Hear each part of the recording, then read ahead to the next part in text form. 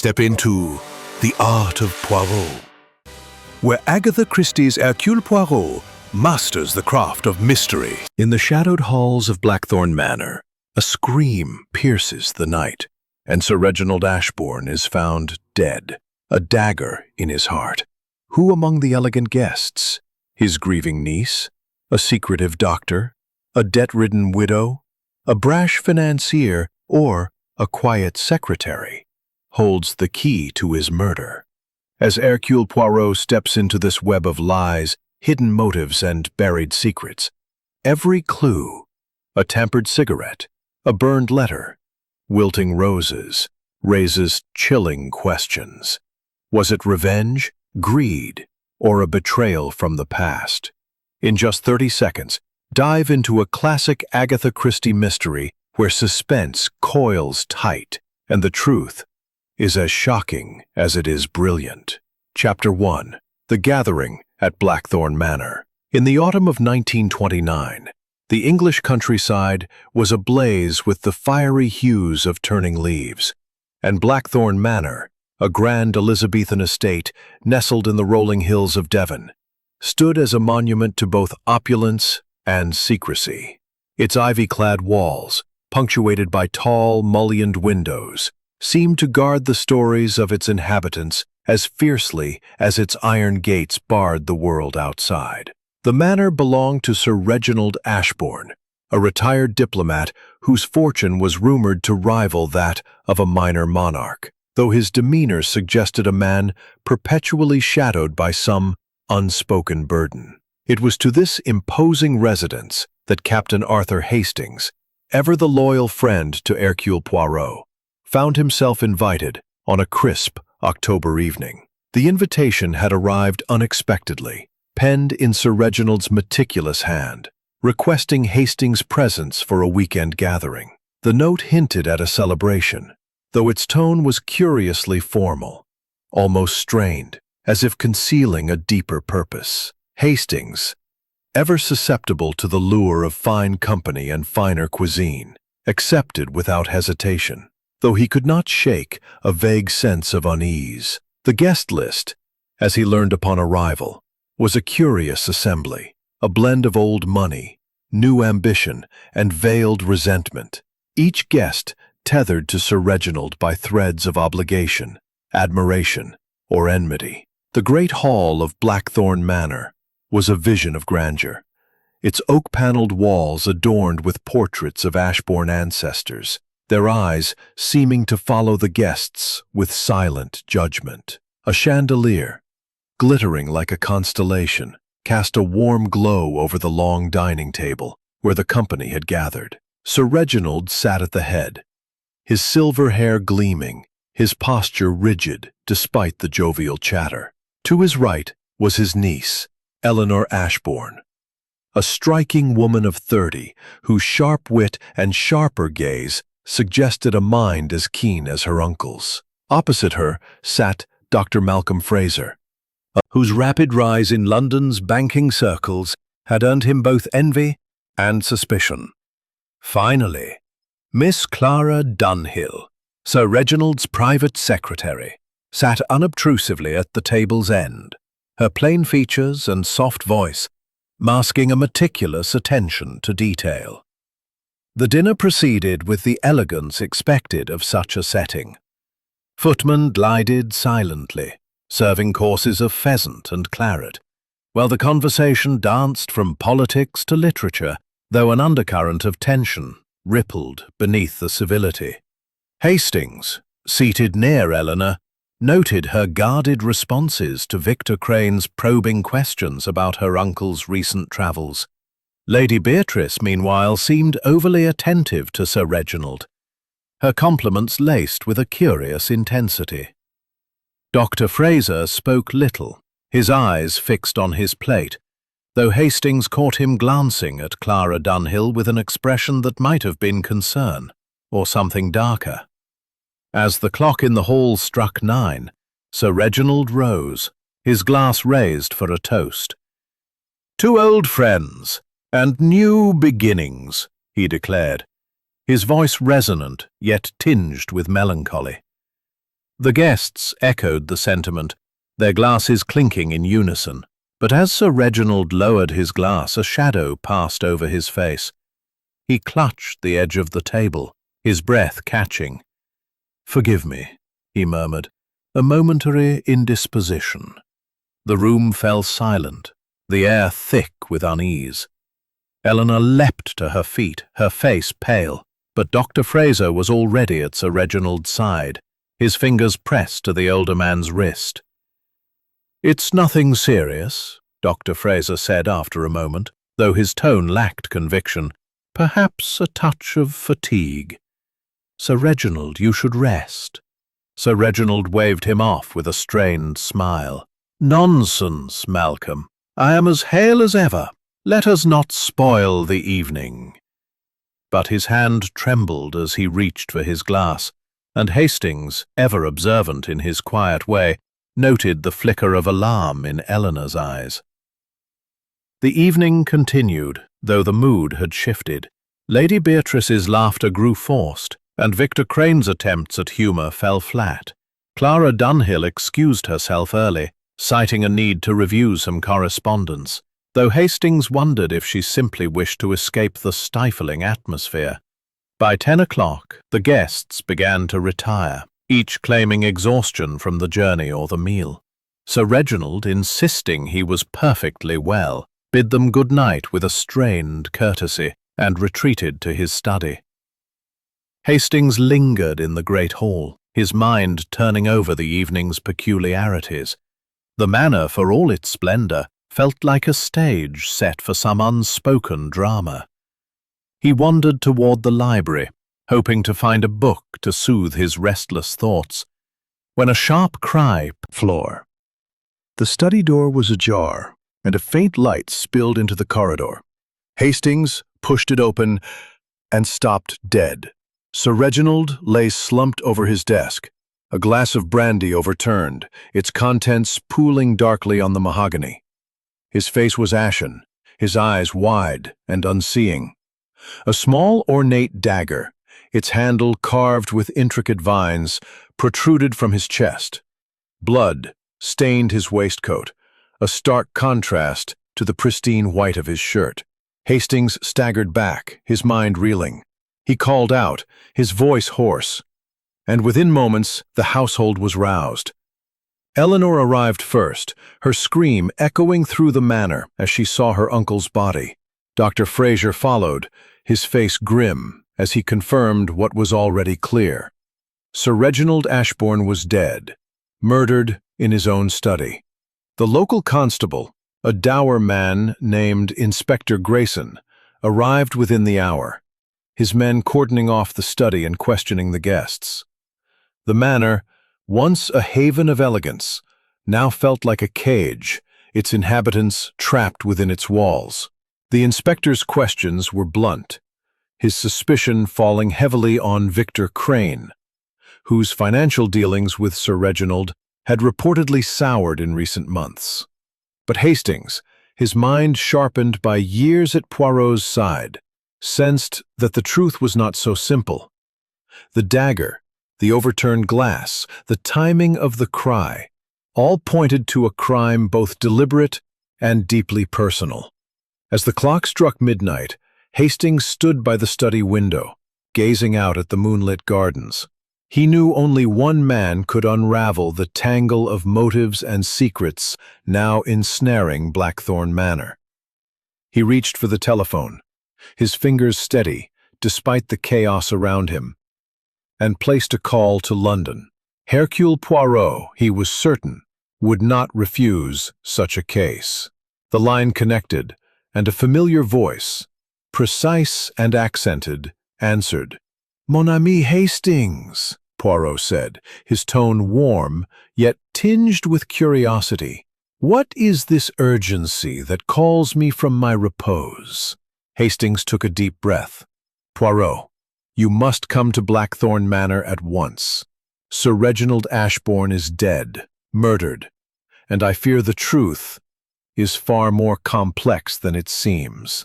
There was a pause, and then Poirot's voice, calm and resolute, came through the line. Very well, Hastings. I shall arrive by the morning train, preserve the scene, and observe all. The little gray cells, they are already at work. As Hastings hung up, he felt a flicker of hope. The manor was a labyrinth of lies, but with Poirot's arrival, the path to truth would soon be illuminated. Chapter 2. The Shadow of the Crime. The dawn broke over Blackthorn Manor with a pallor that seemed to me now stood silent, its grandeur muted by the weight of tragedy. Captain Arthur Hastings, sleepless and restless, paced the drawing room, his mind replaying the horrific scene in the study. Sir Reginald slumped over his desk, the ornate dagger glinting cruelly in the lamplight, the overturned glass of brandy pooling like blood. Inspector Grayson, the local constable, had spent the early hours barking orders to his men, who tramped through the manor with a heavy-footed diligence that grated on Hastings' nerves. The study had been sealed, its contents untouched save for the removal of Sir Reginald's body to a nearby guest room, where Dr. Fraser had performed a cursory examination. The doctor's verdict was stark. Death by a single stab wound to the heart, delivered with precision and force. The dagger, a family heirloom, displayed prominently in the study, bore no fingerprints, a detail that struck Hastings as both deliberate and ominous. The guests, confined to the manor by Grayson's orders, had retreated to their rooms after the initial chaos, but by breakfast they were summoned to the dining room for questioning. The meal was a somber affair, the clink of cutlery and the murmur of subdued voices the only sounds breaking the oppressive silence. Eleanor Ashbourne sat at the table's head, her face pale but composed, her eyes red-rimmed yet defiant. Dr. Malcolm Fraser, his expression unreadable, sipped his coffee with mechanical precision. Lady Beatrice Langley, her usual vivacity dimmed, toyed with a piece of toast, her gaze flitting nervously to the door. Victor Crane, by contrast, seemed almost defiant, his jaw set as he met Grayson's suspicious glances with a cool stare. Clara Dunhill, the secretary, was absent, having pleaded a headache, though Hastings suspected she was avoiding scrutiny. Inspector Grayson, a man whose blunt manner contrasted sharply with the manor's elegance, stood at the room's end, notebook in hand. "I'll be speaking to each of you in turn," he announced, his voice carrying the weight of authority. "No one leaves this house until we've got to the bottom of this. Sir Reginald was murdered between 9:30 and 10 o'clock last night, and I'll wager one of you knows more than you're letting on." Hastings, seated near the window, felt a familiar stirring of frustration. Grayson's approach, while thorough, lacked the subtlety required to unravel a crime so carefully orchestrated. The inspector's attention seemed fixed on Victor Crane, whose recent financial disputes with Sir Reginald were no secret. Crane had invested heavily in one of Sir Reginald's ventures, only to see it falter, and whispers of a heated Poirot had taught him to cultivate. Eleanor, though composed, gripped her teacup with a force that betrayed her inner turmoil.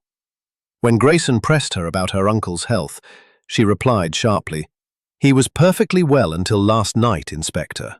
If you're suggesting otherwise, you're mistaken." Her tone was defensive, and Hastings wondered what she might be concealing. Lady Beatrice, when questioned, dissolved into tears, claiming a deep affection for Sir Reginald. "He was like a brother to me," she said, her voice trembling.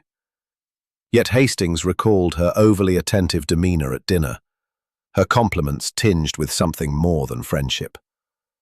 Dr. Fraser, by contrast, was reserved, admitting only that he had checked Sir Reginald's pulse after the toast and found nothing amiss. "It was a momentary faintness, nothing more," he said, though his eyes avoided Grayson's.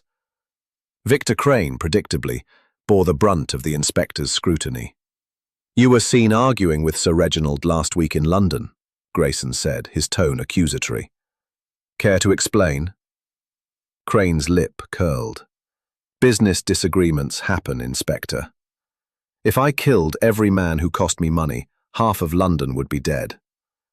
His bravado, however, did little to deflect Grayson's suspicion, and Hastings noted the financier's clenched fists, a sign of nerves beneath the bluster. By midday, the manor buzzed with the arrival of Hercule Poirot, who stepped from a hired car with his usual air of impeccable precision. His small, neat figure, clad in a perfectly tailored suit, seemed almost incongruous against the sprawling chaos of Blackthorn Manor. His moustache, waxed to perfection, gleamed in the sunlight, and his green eyes sparkled with a quiet intensity. Hastings hurried to greet him, relief flooding his chest. "Mon ami," Poirot said, his voice warm but measured. "You have summoned me to a most intriguing puzzle. Tell me all, but first, show me the scene of the crime." Hastings led Poirot to the study, now guarded by a young constable who stepped aside at Grayson's grudging nod. The room was as Hastings had last seen it, save for the absence of Sir Reginald's body. The desk, its surface still stained with brandy, bore the marks of the tragedy. A scattered pile of papers, an inkwell tipped precariously, and the empty space where the dagger had rested. Poirot moved with deliberate care, his gloved hands hovering over each detail without touching. He paused at the desk, his eyes narrowing as he studied the overturned glass. "The brandy, Hastings," he murmured. "It was full when it fell, n'est pas? Yet the stain is small, too small for a full glass. Curious, no?" Hastings frowned, puzzled. "I suppose it could have been partially drunk." Poirot shook his head. "Non, mon ami. Sir Reginald was fastidious, a man of order." On the desk's edge, barely visible, a mark, perhaps from a glove. Someone was careful, very careful. Poirot's gaze swept the room, lingering on the bookshelf, the fireplace, the heavy velvet curtains. He knelt briefly by the hearth, where a small pile of ash lay undisturbed.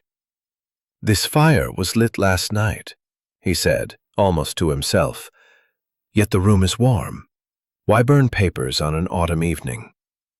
Grayson, who had entered behind them, scoffed.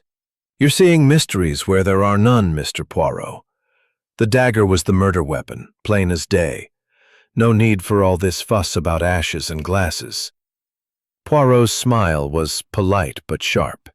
"Inspector, the plain is often the deceptive. The little gray cells, they do not rest until every detail is accounted for. Tell me, what is your theory?" Grayson bristled but obliged. "Victor Crane's the man. He had motive, money, lost in a bad deal. He was in the house, no alibi for the time of the murder. The dagger was right there, easy to grab." Poirot nodded, his expression unreadable. "And the others? Miss Ashburn, Dr. Fraser, Lady Beatrice, Miss Dunhill?" Grayson shrugged. "They've got no clear motive, and their stories hold for now. Eleanor was in her room. Fraser was in the library. Lady Beatrice claims she was in the conservatory, and the secretary was sorting papers in her office. We'll see what shakes loose." Poirot turned to Hastings. "And you, mon ami, what do you observe?" Hastings hesitated, then spoke. "There's tension here, Poirot. Eleanor's hiding something. She's too quick to defend her uncle's health. Lady Beatrice is overwrought, but it feels staged. Fraser's too calm, and Crane's too defiant. As for Clara Dunhill, she's invisible, which makes me wonder." Poirot's eyes gleamed. "Bien, Hastings. You begin to see the shadows behind the faces. Now, let us meet these players in our little drama." The rest of the day was spent in interviews. Poirot's questions, deceptively gentle, yet piercing. Eleanor spoke of her uncle's generosity, but faltered when asked about his recent correspondence.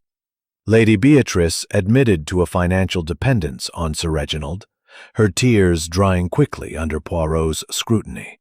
Dr. Fraser revealed little, though his knowledge of poisons piqued Poirot's interest. Clara Dunhill, when finally summoned, was precise but evasive, her answers clipped, as if rehearsed. As evening fell, Poirot stood by the study window, his silhouette framed against the fading light.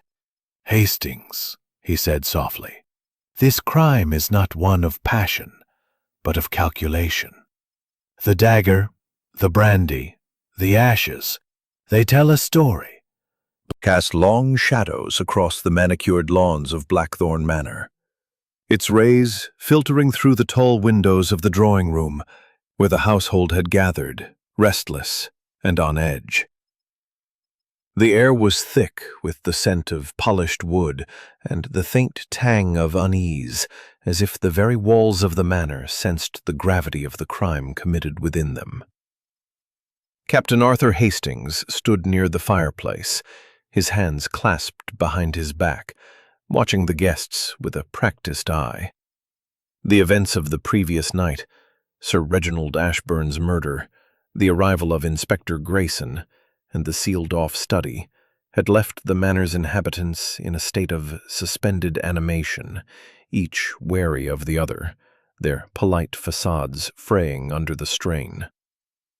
Hercule Poirot's arrival, announced by the crunch of gravel under his hired car's tires, had been a beacon of hope for Hastings, though he knew his friend's methods would unsettle the already tense household. Poirot stepped into the drawing-room at precisely 10 o'clock, his small, immaculate figure commanding attention despite his unassuming stature. His black patent leather shoes gleamed, his suit was tailored to perfection, and his mustache, meticulously waxed, seemed to bristle with purpose. His green eyes, sharp and inquisitive, swept over the assembled company. Eleanor Ashbourne, her posture rigid with suppressed emotion. Dr. Malcolm Fraser, his calm demeanor a stark contrast to the room's tension. Lady Beatrice Langley, dabbing at her eyes with a lace handkerchief. Victor Crane, lounging with forced nonchalance. And Clara Dunhill, her plain face betraying nothing as she sat quietly in a corner. "Mesdames et messieurs," Poirot began, his voice soft yet resonant, "I am Hercule Poirot, and I have been called to this place to unravel the tragedy of Sir Reginald Ashbourne's death. I assure you, the truth will be found, for it is the nature of truth to reveal itself to those who seek it with method and precision." Inspector Grayson, standing near the door, snorted audibly. "No need for theatrics, Mr. Poirot. This is a straightforward case. Victor Crane's got motive, means, and opportunity. I'll have this wrapped up by tomorrow." Poirot's smile was polite, but tinged with irony. "Inspector, the straightforward is often the misleading. A crime such as this, committed in a house of such elegance, demands a solution equally refined. I shall require your cooperation, but also your patience." Grayson's face reddened, but he said nothing, gesturing for Poirot to proceed. Hastings, suppressing a smile, marveled at how effortlessly Poirot asserted control. The little bell of death, confirmed by Dr. Fraser, was between 9:30 and 10. No one has left the manor since, and thus the murderer is among us. A murmur rippled through the room. Eleanor's lips tightened, and Lady Beatrice let out a small gasp. Victor Crane leaned forward, his eyes narrowing. "That's a bold claim, Mr. Poirot," he said. You're saying one of us did it. That's absurd. Poirot raised a hand, silencing him. It is not absurd, Monsieur Crane. It is logic. The manor is isolated, its gates locked, its staff accounted for. The dagger, I am told, was kept in a glass case, accessible to all who knew its place. Now, let us establish where each of you was at the time of the crime. The questioning began, and Poirot's method was a study in contrasts to Grayson's bluster. Where the inspector accused, Poirot probed. His questions gentle yet unrelenting, designed to elicit not just answers, but reactions. Eleanor stated she had retired to her room after dinner, reading until she heard Hastings cry. I was alone, she admitted, her voice steady, but her fingers twisting the hem of her sleeve. A detail Poirot noted with a slight tilt of his head. Dr. Fraser claimed to have been in the library, reviewing a medical journal. I heard nothing until the commotion, he said, his tone even, though his eyes flicked briefly to Clara Dunhill. Lady Beatrice insisted she had been in the conservatory, admiring the roses by moonlight, a claim that struck Hastings as oddly romantic for such a fraught evening. Victor Crane admitted to wandering the grounds, clearing my head, he said, though he could provide no witness to corroborate his story. Clara Dunhill, when pressed, said she had been in her small office near the study, organising Sir Reginald's correspondence. I heard a cry, but I thought it was a servant dropping something, she said softly, her eyes fixed on the floor. Poirot listened to each account with the same calm attention, his expression betraying nothing. When the interviews concluded, he requested to see the study again, this time alone with Hastings. The room, still cordoned off, was a tableau of frozen chaos. The desk, the brandy stain, the empty dagger case. Poirot moved with the precision of a watchmaker, his gloved hands hovering over each object.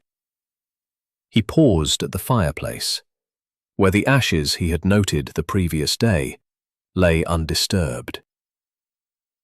Hastings, he said, his voice low. Observe the ash. It is not the residue of wood alone. There are fragments.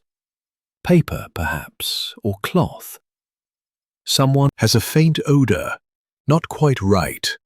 Not poison, I think, but something unusual. We shall have it analyzed. Grayson, who had re-entered the room, scoffed. You're chasing shadows, Poirot. The dagger did the job. Why complicate things? Poirot's eyes twinkled. Because, Inspector, the simple explanation is rarely the true one. The dagger, yes, it killed. But why that dagger? Why not a knife from the kitchen, or a pistol? The choice of weapon is a clue in itself. As they left the study, Poirot's attention shifted to the corridor, where a small table held a vase of wilting roses. He paused, his fingers brushing the petals. These flowers, Hastings, they are fresh cut, yet already they droop. Curious, no? As if they were picked in haste, or by one distracted Hastings. Puzzled, followed Poirot's gaze. You think the roses are important? Everything is important, mon ami, until it is proven otherwise. The roses, the ashes, the brandy, they are pieces of the puzzle. And Hercule Poirot, he does not rest until the puzzle is complete. The day passed in a flurry of activity. Poirot requested a map of the manor, which Clara Dunhill provided with quiet efficiency, her hands steady as she handed over the neatly drawn plan. He studied it intently, noting the proximity of the study to the library, the conservatory, and Clara's office. The murderer had but minutes, he murmured. The cry Hastings heard, it was at 10. The death, it was moments before. The killer moved swiftly, yet left no trace. This is a mind of order, Hastings, a mind like my own. By evening, Poirot gathered the guests in the drawing room once more. "I have seen the scene, heard your stories," he said, his voice calm but commanding.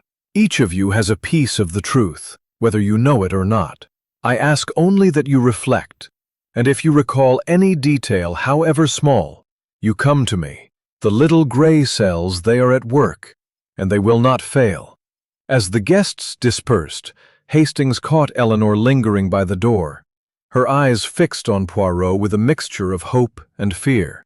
Lady Beatrice, meanwhile, whispered something to Dr. Fraser, who nodded curtly before excusing himself. Victor Crane stormed off, muttering about wasted time, while Clara Dunhill slipped away unnoticed, her shadow barely stirring the air.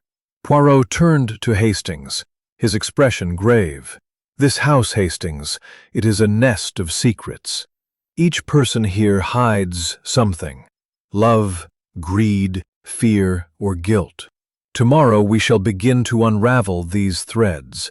But for now, observe and trust in Poirot." Hastings nodded, his mind racing with the weight of the task ahead. The manor's walls seemed to close in, each shadow a potential clue, each silence a whisper of the truth that Poirot would surely that matched the mood within.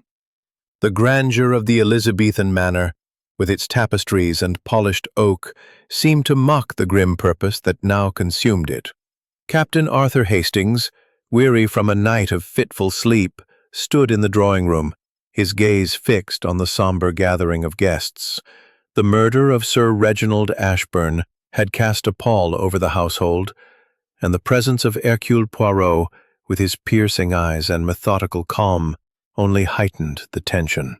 Each guest, Hastings noted, bore the strain differently, some with defiance, others with fear, and one or two with a quiet that spoke of hidden depths.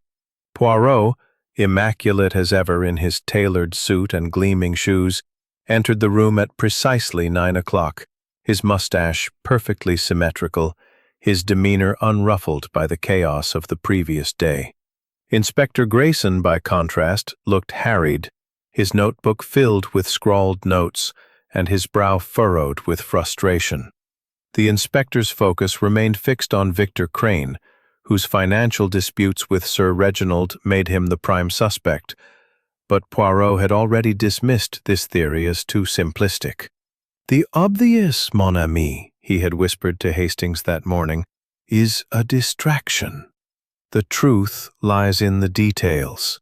Poirot began the day's inquiries with a request to speak to each guest individually, a process he conducted in the library, a room lined with leather-bound volumes and heavy with the scent of old paper.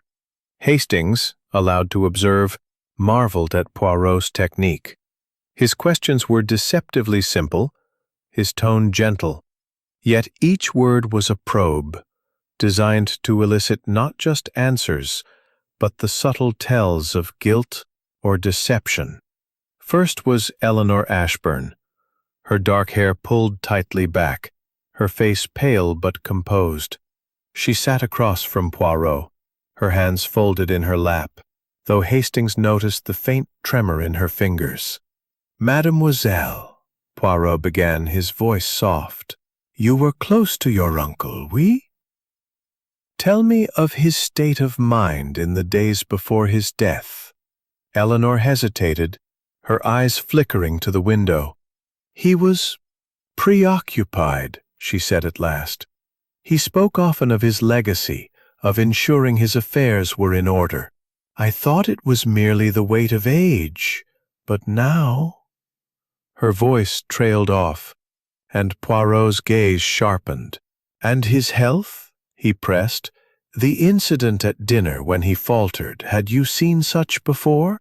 "No," Eleanor said quickly, too quickly, Hastings thought. "He was robust for his age.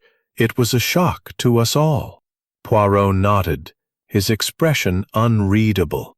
"And your movements after dinner? You were in your room, you said. Did you hear anything unusual before the cry?" Eleanor's lips tightened. "Nothing." Came Dr. Malcolm Fraser, his calm demeanor a stark contrast to Eleanor's tension. He sat with the precision of a man accustomed to scrutiny, his hands resting lightly on the arms of the chair. "Dr. Fraser," Poirot said, "your expertise in toxicology interests me. Tell me, when you examined Sir Reginald after his collapse at dinner, what did you observe?"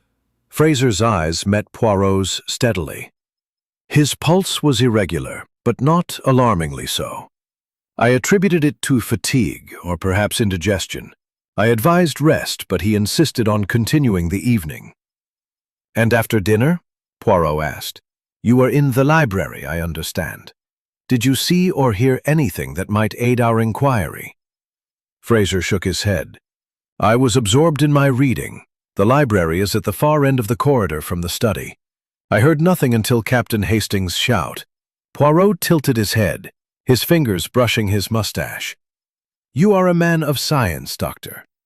Tell me, the brandy on Sir Reginald's desk, did you notice its odor when you examined the body?" Fraser blinked, the first sign of unease. "I did not think to smell it. My focus was on the wound. The dagger was clearly the cause of death." "Clearly," Poirot echoed, his tone neutral, but his eyes gleaming. "Merci, Doctor." Lady Beatrice Langley followed, her entrance a flurry of nervous energy. She clutched her handkerchief, her eyes darting between Poirot and Hastings. "Oh, Mr. Poirot," she began, her voice trembling. "This is all so dreadful. Poor Reginald, to meet such an end." Poirot's smile was sympathetic but firm. "Madame, your distress is noted, but I require clarity. You were in the conservatory, you say, admiring the roses, at 10 o'clock when the cry was heard. Where precisely were you?" Lady Beatrice faltered, her handkerchief twisting in her hands. I had stepped outside for a moment, to the terrace. The air in the conservatory was stifling. I heard the cry and returned at once." "And you saw no one?" Poirot asked, his voice gentle but insistent. "No one," she said, though her eyes flicked to the side, a gesture Hastings noted with interest. Victor Crane was next, his demeanor brash and unapologetic. He sprawled in the chair, his arms crossed, his gaze challenging. "Look here, Poirot," he said. "I've had enough of Grayson's nonsense, and I'm not keen on yours either. I didn't kill Ashbourne. Yes, we argued about money, but that's business, not murder." Poirot's expression remained serene. "Monsieur Crane, your candor is appreciated. You were on the grounds, you say, between 9:30 and 10. Did you see anyone else? Perhaps someone near the study windows?" Crane's jaw tightened. "It was dark. I was by the fountain, smoking. I didn't see a soul until I heard the commotion and came inside." Poirot nodded, his fingers tapping lightly on the arm of his chair. "You ever handled it? Perhaps admired it in Sir Reginald's collection?" Crane snorted. "I'm not one for antiques." "Never touched it." Finally, Clara Dunhill entered, her plain dress and quiet manner making her almost invisible against the library's rich decor. She sat with her hands clasped, her eyes fixed on Poirot with a calm that seemed almost unnatural. "Mademoiselle Dunhill," Poirot said, "you were in your office, near the study, at the time of the crime. Tell me, what did you hear?" Clara's voice was soft but clear. "I heard a cry, as I told the inspector. I thought it was a servant, perhaps dropping a tray. I continued my work until Captain Hastings raised the alarm." "And you saw nothing unusual?" Poirot asked. "No one passing your door? No sound of footsteps?" "Nothing," she said, her gaze steady. "My office is small, and I was focused on my tasks." Poirot leaned forward slightly. "You were Sir Reginald's secretary, oui? You knew his affairs, his correspondence. Had he received any letters of note recently? Perhaps something that troubled him?" Clara hesitated, her fingers tightening briefly. "He received many letters, Monsieur Poirot. I sorted them, but he handled most personally. If there was anything troubling, he did not share it with me." Poirot dismissed her with a nod, but as she left, Hastings caught the faintest flicker of relief in her expression. He turned to Poirot, who was gazing at the fireplace, his brow furrowed. "What do you make of it, Poirot?" Hastings asked. "They all have alibis, but none feel airtight." Poirot's eyes gleamed. "Précisément, Hastings. Each alibi is a thread, and together they form a tapestry of lies. The cry, the dagger, the brandy, these are not random. There is a pattern, and we shall find it." The afternoon was spent examining the manor's layout, Poirot pacing the corridors with the map Clara had provided. He lingered outside the study, noting the proximity of Clara's office and the conservatory's terrace door. "The killer moved quickly," he murmured. "The cry at 10. The body found moments later. Yet no one saw or heard anything of note. This is a crime of precision, Hastings." As evening approached, Poirot requested a sample of the brandy from the study, which he sent to a local chemist for analysis. "The odour," he said to Hastings. "It is not right. Not poison, perhaps, but something that does not belong." Grayson, overhearing, rolled his eyes. "You're wasting time, Poirot. The dagger's the key, and Crane's the man." Poirot's smile was enigmatic. "Patience, Inspector. The little grey cells. They work slowly." The contradictions. We must listen and observe and wait. The manor settled into an uneasy silence, its secrets locked within its walls. But Hastings knew that Poirot's relentless mind would soon pry them open. Chapter 5. The Red Herrings. The third morning at Blackthorn Manor brought a chill that seeped through the heavy drapes, as if the very air conspired to keep the household in a state of unease. The mist outside had thickened, wrapping the estate in a ghostly shroud that muffled sound and blurred the edges of the world beyond. Captain Arthur Hastings, standing by the dining-room window, felt the weight of the previous day's events pressing upon him. Sir Reginald Ashburn's murder, the locked study, the enigmatic clues, each piece of the puzzle seemed to taunt him, just out of reach. Yet Hercule Poirot, seated at the breakfast table with his customary cup of tisane, appeared unruffled, his green eyes bright with the quiet intensity of a man whose mind was already several steps ahead. The guests, summoned once more, sat in strained silence, their faces a gallery of suppressed emotions. Eleanor Ashbourne's composure was fraying, her eyes darting to the door as if expecting an interruption. Dr. Malcolm Fraser maintained his clinical calm, though Hastings noted the tightness in his jaw. Lady Beatrice Langley, her handkerchief ever present, seemed to shrink into her chair, her earlier theatrics subdued. Victor Crane, by contrast, radiated defiance, his posture slouched but his gaze sharp, as if daring anyone to accuse him further. Clara Dunhill, as always, was a shadow, her presence so unobtrusive that Hastings had to remind himself she was there. Inspector Grayson, his patience wearing thin, dominated the morning's proceedings.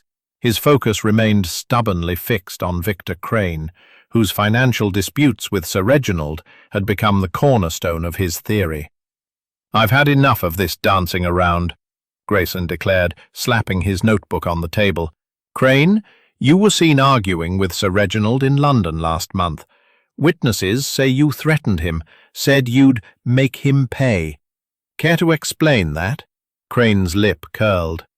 "Business talk, Inspector. Hyperbole. I didn't mean it literally, and I certainly didn't stab him over a bad investment. You've got no proof." Grayson's eyes narrowed. "No proof? You were on the grounds, alone at the time of the murder. No one can vouch for you. And that dagger was right there in the study, easy for you to grab." Poirot, who had been listening with an air of polite detachment, raised a hand. "Pardon, Inspector, but let us not rush to conclusions. Monsieur Crane is, as you say, a convenient suspect, but convenience, it is the enemy of truth. Let us consider the others, we? Grayson scoffed, but relented, and Poirot turned elsewhere when Sir Reginald met his end. Yet the manor is not so large that all could be so ignorant of the crime. I ask you now to think carefully. Did you see or hear anything, however small, that might aid Hercule Poirot? The room remained silent, though Hastings caught the flicker of unease in Lady Beatrice's eyes and the slight stiffening of Dr. Fraser's posture. Eleanor spoke first, her voice sharp. "I've told you, Monsieur Poirot, I was in my room. I heard nothing until Captain Hastings' cry." Poirot nodded, his gaze lingering on her. "And yet, mademoiselle, your room is not so far from the study. A cry? A struggle? Surely something reached your ears." Eleanor's cheeks flushed. "The walls are thick. I was reading. I heard nothing." Poirot turned to Lady Beatrice, who clutched her handkerchief tightly. "Madame, you are on the terrace, you say, admiring the roses. Yet the roses in the vase, they are wilting, as if picked by one distracted. Tell me, what distracted you that night?" Lady Beatrice's eyes widened. I was upset, that's all. The dinner had been tense, and I needed air. I didn't see anything, I swear." Poirot's smile was gentle but unyielding. "Swearing, madame, is not evidence. The truth, it will come in its own time." The questioning continued, but Poirot's probing seemed to yield little beyond what was already known. Dr. Fraser reiterated his presence in the library, Clara Dunhill her work in the office, and Crane his solitary walk by the fountain. Yet Hastings, watching closely, sensed that Poirot was not seeking answers so much as reactions, his questions designed to unsettle, to reveal the cracks in each carefully constructed alibi. After the interviews, Poirot requested to revisit the study, this time with a specific purpose. He stood by the desk, his gloved hands tracing the edge where the brandy glass had fallen. "Hastings," he said softly, "the glass, it bothers me. The stain is too small. And the odor, did you not notice it? Not quite brandy, but something else." Hastings frowned. "I didn't smell it, Poirot, but you sent it for analysis, didn't you?" "Oui," Poirot said, his eyes gleaming, "and I expect the results soon. But consider this. The glass was overturned, yet the papers beneath it are barely touched. A man stabbed in the heart does not knock over a glass so neatly. This was staged, Hastings, to suggest a struggle, where there was none." Grayson, hovering nearby, overheard and snorted. "Staged? You're saying the killer arranged the scene? That's far-fetched, even for you." Poirot's expression was serene. "Not far-fetched, Inspector. Methodical. The killer wished us to see a crime of passion, but I see a crime of calculation. The dagger, the glass, the ashes in the fireplace, they are pieces of a deliberate design." Poirot moved to the fireplace. "Through it. Here," he said, extracting a tiny fragment of charred paper. "A letter, perhaps, or a note, burned to conceal its contents, but not entirely destroyed. We shall see what secrets it holds, Hastings." Peering over his shoulder, saw only a blackened scrap, but he trusted Poirot's instinct. "What do you make of it?" he asked. Poirot's eyes narrowed. "It is a clue, mon ami, but not yet a solution. The killer burned something, but why? To hide a motive, a name? We must know more." The afternoon brought a new development, the arrival of the chemist's report on the brandy. Poirot read it with a frown, then handed it to Hastings. "Trace amounts of a sedative," he murmured. "Not enough to kill, but enough to dull the senses. Sir Reginald was not himself when he died." Grayson, reading over Hastings' shoulder, shook his head. "A sedative? That doesn't change anything." Crane still had the motive. Poirot's smile was enigmatic. "Motive, yes. But means? Opportunity. The sedative suggests planning, Inspector. A man like Crane, he acts in anger, not with such subtlety." As the day wore on, Poirot requested a detailed timeline of the evening, which Clara Dunhill provided with her usual efficiency. The document listed each guest's movements, cross-referenced with the servants' accounts. Poirot studied it intently, his fingers pausing on Clara's entry, 9:45 p.m., in office, sorting correspondence. He tapped the page. Mademoiselle Dunhill is precise, yet her office is so close to the study. A cry? A struggle? She must have heard something. Hastings nodded. She's too quiet, Poirot. It's unnatural. Précisément, Poirot said. The quiet ones, they bear watching. But so do the loud ones, like Monsieur Crane, and the emotional ones, like Madame Langley. Each plays a role in this drama. By evening, the atmosphere in the manor was electric with suspicion. Grayson's insistence on Crane's guilt had set the financier on edge, and he confronted the inspector in the drawing room, his voice rising. "You're hounding me because it's easy. Look at the others, Eleanor, Fraser, even that mousy secretary. They all had access to the study." Eleanor's eyes flashed. "How dare you? My uncle was family, not a rival to be dispatched."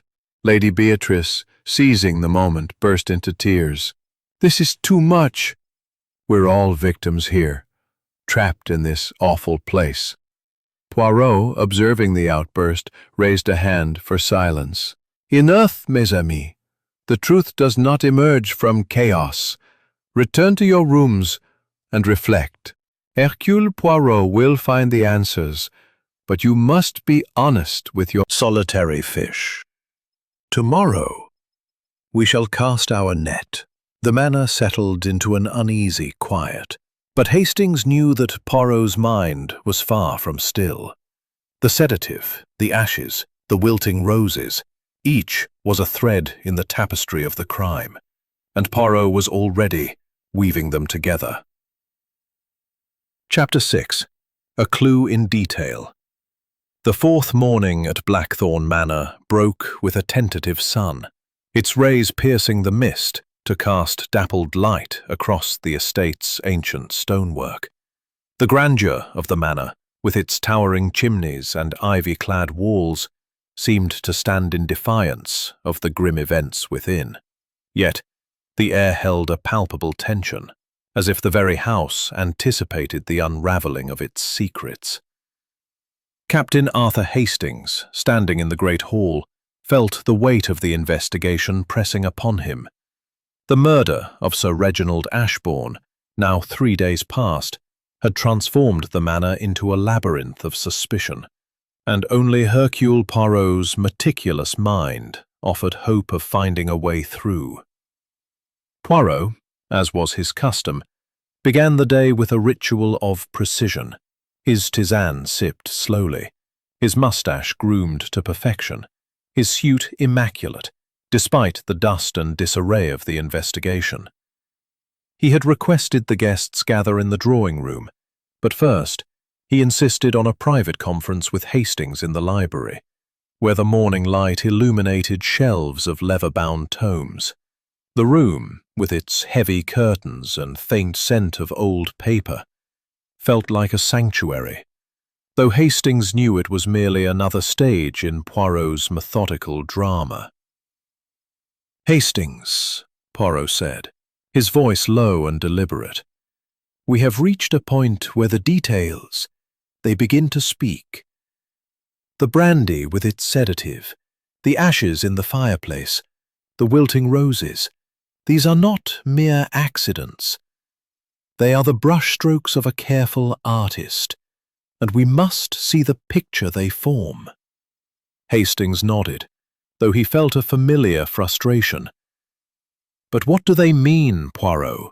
Grayson still convinced it's Crane, and I'll admit, his motive seems the strongest." Poirot's eyes gleamed with quiet amusement. "The strongest motive, mon ami, is often the least true.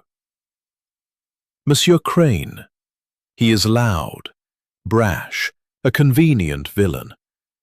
But the truth, it lies in the subtle, in the overlooked. Come, Let us examine a detail that has been nagging at the little grey cells. Poirot led Hastings to the study, still sealed by Grayson's orders but accessible to the detective's authority. The room was as they had left it, the desk bearing the faint stain of spilled brandy, the empty dagger case, the fireplace with its enigmatic— Perhaps Sir Reginald left it there. "He smoked, didn't he?" Oui, he smoked, Poirot said, opening the case. Inside were several cigarettes, neatly arranged, but one was slightly askew, its paper crinkled as if handled roughly. Poirot extracted it, holding it to the light.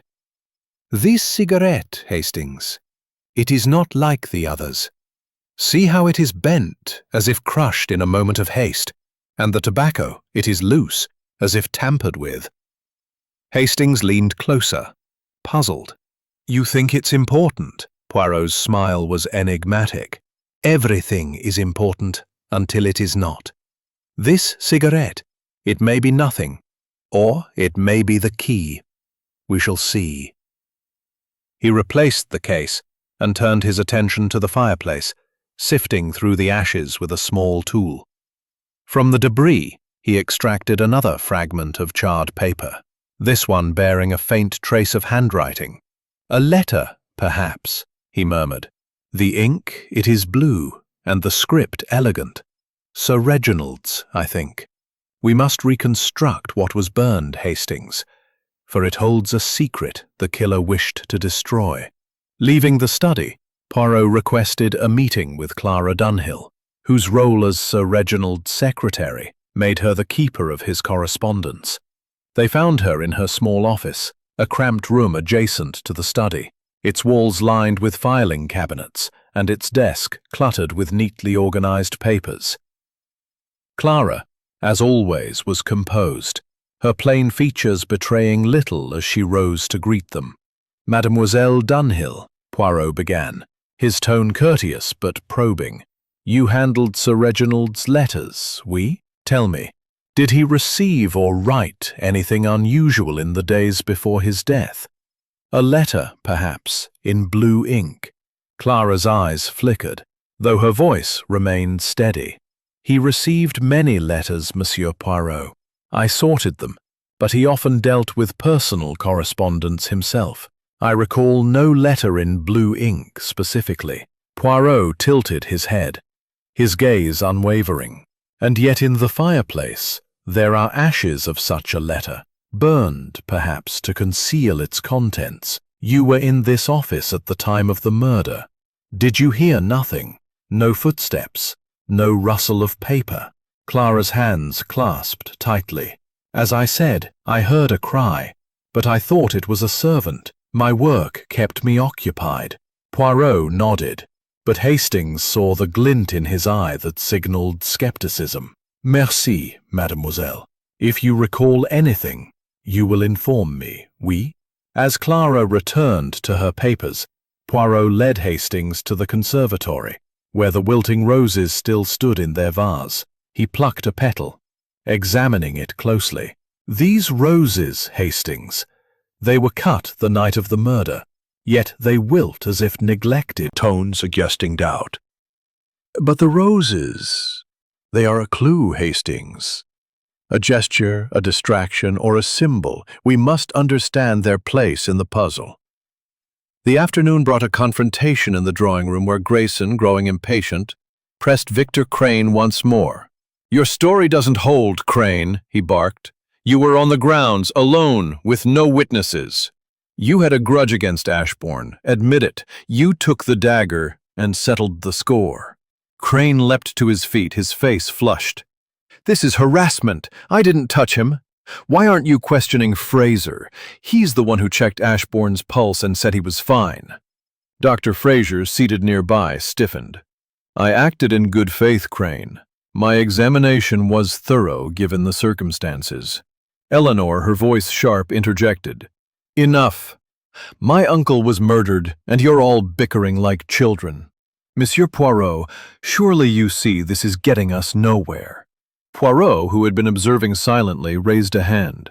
"Mademoiselle, The bickering, as you call it, is most revealing. The truth it hides in the heat of such moments. But let us turn to a detail. The cigarette case on Sir Reginald's desk. Did any of you see it that night? The room fell silent. Lady Beatrice's eyes widened and she stammered, I didn't notice it.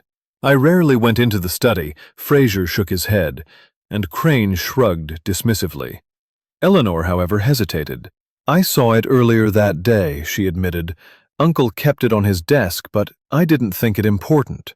Poirot's gaze lingered on her. And yet, mademoiselle, it was partially hidden, as if someone wished it not to be seen. Curious, no?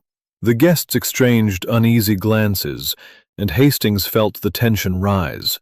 Poirot's questions were like pebbles dropped into a still pond, their ripples unsettling the surface of each alibi.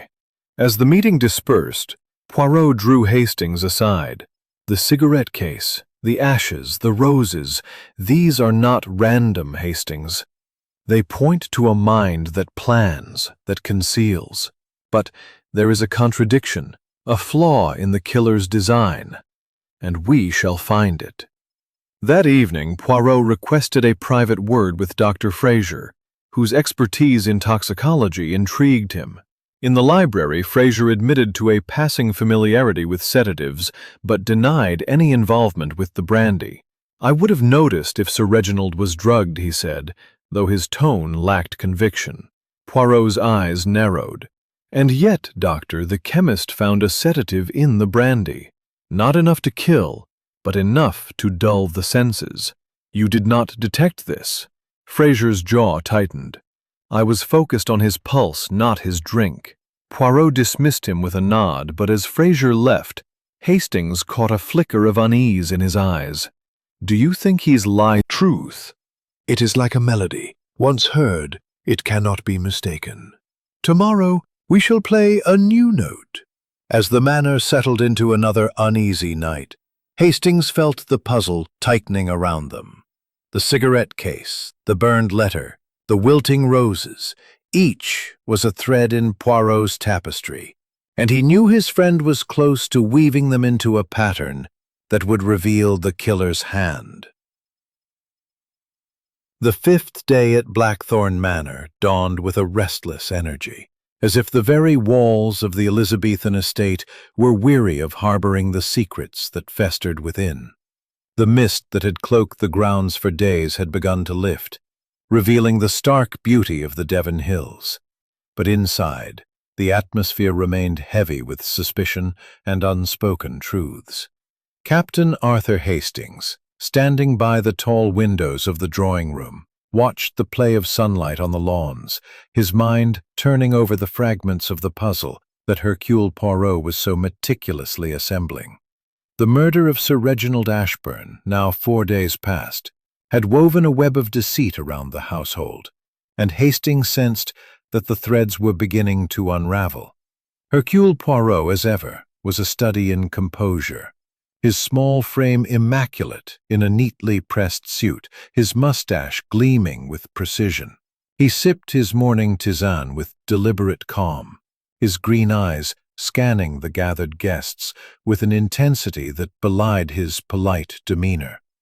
The group, Eleanor Ashburn, Dr. Malcolm Fraser, Lady Beatrice Langley, Victor Crane, and Clara Dunhill, sat in uneasy silence, their faces marked by the strain of days under scrutiny.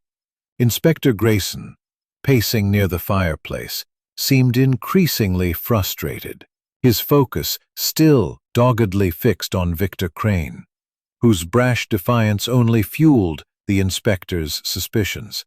"Mes amis," Poirot began, his voice soft but commanding, "we have established the facts of Sir Reginald's death, but the truth, it remains elusive. The dagger, the brandy, the ashes, the cigarette case, these are not mere objects, but signposts to the killer's mind. Today, we shall dig deeper, for the lies, they begin to surface like ripples on a still pond." Grayson snorted, his patience wearing thin. More riddles, Poirot. I say we arrest Crane and be done with it. His motive's clear, and his alibi's flimsy. Poirot's smile was polite but sharp. Inspector, the flimsy alibi is often the most honest, for it lacks the polish of fabrication. Let us turn our attention to the contradictions, The brandy, for instance, it contained a sedative, yet Sir Reginald showed no signs of drowsiness at dinner. How then was it administered? The question hung in the air, and Hastings noted the subtle shifts in the guests' postures. Someone drugged him? That's a stretch, even for you.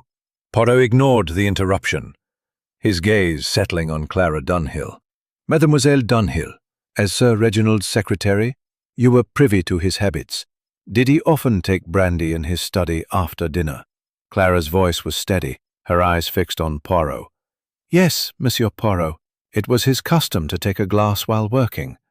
He kept a decanter in the study. And you never noticed anything unusual about the decanter? Poirot pressed. No tempering, no strange odor. Clara hesitated, her fingers brushing the edge of her sleeve. No, monsieur. I had no reason to inspect it. Poirot nodded, but Hastings saw the glint in his eye that signaled he had caught something, a hesitation perhaps, or a lie. The detective turned to Dr. Fraser. Doctor, your expertise in toxicology is most valuable. A sedative in the brandy suggests a knowledge of such substances. Have you ever prescribed such for Sir Reginald? Fraser's expression remained impassive. Never. Sir Reginald was in good health, as I've said. If there was a sedative, it was not from me. Poirot's gaze lingered, but he moved on, addressing the group. Let us consider the timeline. The cry was heard at 10 o'clock. The body found moments later. Yet the sedative suggests Sir Reginald was dulled before the fatal blow. This is a crime of planning, not passion. Who among you had the opportunity to tamper with the brandy? The question sparked a flurry of denials. Eleanor insisted she rarely entered the study. Lady Beatrice claimed ignorance of Sir Reginald's habits. And Crane, with a sneer, said, I don't touch the stuff, too refined for my taste. Only Clara's silence stood out, her eyes fixed on the floor, and Hastings wondered what thoughts lay behind her composed facade. The morning's inquiries were interrupted by a discovery that shifted the investigation's course. A young housemaid, tidying the conservatory, found a small, crumpled note tucked beneath a potted fern. She brought it to Poirot, her hands trembling. The note, written in blue ink, was partially torn but legible. Reginald, you cannot ignore this any longer. The truth must be faced, or I shall act. B. Poirot's eyes gleamed as he read it aloud to the gathered guests. This note, mes amis, it is a clue most significant. The blue ink matches the fragment in the fireplace. Someone wrote to Sir Reginald. Someone who felt urgency, perhaps desperation. Who is this B? Lady Beatrice gasped, her face paling. That's not mine. I never wrote such a thing. Poirot's gaze fixed on her. Madame, your name begins with B, and you were in the conservatory, where this note was found. Tell me, what truth did Sir Reginald need to face? Lady Beatrice's eyes filled with tears through the tension. This is absurd. Anyone could have written it. Why focus on Beatrice? Poirot's smile was enigmatic. Because, mademoiselle, the note was found where Madame Langley claims to have been. And the roses, they were cut that night, yet wilted as if neglected. Perhaps they were a distraction, oui? The accusation hung in the air, and Hastings saw the guests exchange uneasy glances. Victor Crane, seizing the moment, pointed at Fraser. What about him? He's the one who knows about drugs.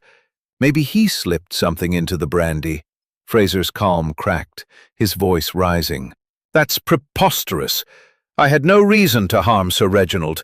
My reputation— Poirot raised a hand, silencing the outburst. Enough, mes amis. The note, it is a piece of the puzzle, but not the whole. We must also consider the cigarette case. Monsieur Crane, you say you do not smoke, yet Sir Reginald's case held a cigarette that was tampered with. Why? Crane's defiance faltered. I told you I don't touch cigarettes. If it's tampered, it's not my doing. Poirot turned to Eleanor. Mademoiselle, you saw the cigarette case on the desk that day. Was it open, perhaps, or disturbed? Eleanor hesitated, her eyes flickering. I don't recall. It was just there, as always. The detective's gaze lingered, but he said nothing, dismissing the group with a request to remain available. As they dispersed, Hastings followed Poirot to the conservatory, where the detective examined the spot where the note had been found. "This fern, Hastings," he said, pointing to the plant. "It is disturbed. The soil loose. The note was hidden in haste, perhaps dropped in panic." Hastings frowned. "But why hide it there? And who is B?" Poirot's eyes twinkled. "The B. It may be Beatrice, or it may be another. But the note, it speaks of a truth Sir Reginald avoided, a secret, perhaps, of love, of money, of betrayal. We must look to the motives, Hastings." The afternoon brought another revelation. Poirot, reviewing Clara's timeline, noticed a discrepancy. Lady Beatrice's claim of being on the terrace at 10 o'clock was contradicted by a servant who had seen her in the corridor near the study at 9:50. When confronted, Lady Beatrice dissolved into tears, admitting she had lied to avoid suspicion. "I was in the corridor, yes, but only briefly. I wanted to speak to Reginald, but I didn't go in. I swear it." Poirot's expression was unreadable. "Madame, your lies, they complicate the truth. Why did you wish to speak to him?" Lady Beatrice's voice broke. I owed him money. He was pressing me to repay it, and I was afraid." Proof. It lies in the details. The note, the cigarette, the roses. As evening fell, Poirot retreated to the library, his mind clearly at work. Hastings, sitting opposite, ventured a question. "Do you think Lady Beatrice is guilty?" Poirot's smile was faint. "She is guilty of lying, Hastings, as are they all. But the killer? That is a question of method, not motive. The sedative, the note, the ashes, they point to a mind that plans, that conceals. Tomorrow we shall tighten the net." The manor settled into another uneasy night, its secrets pulsing like a heartbeat.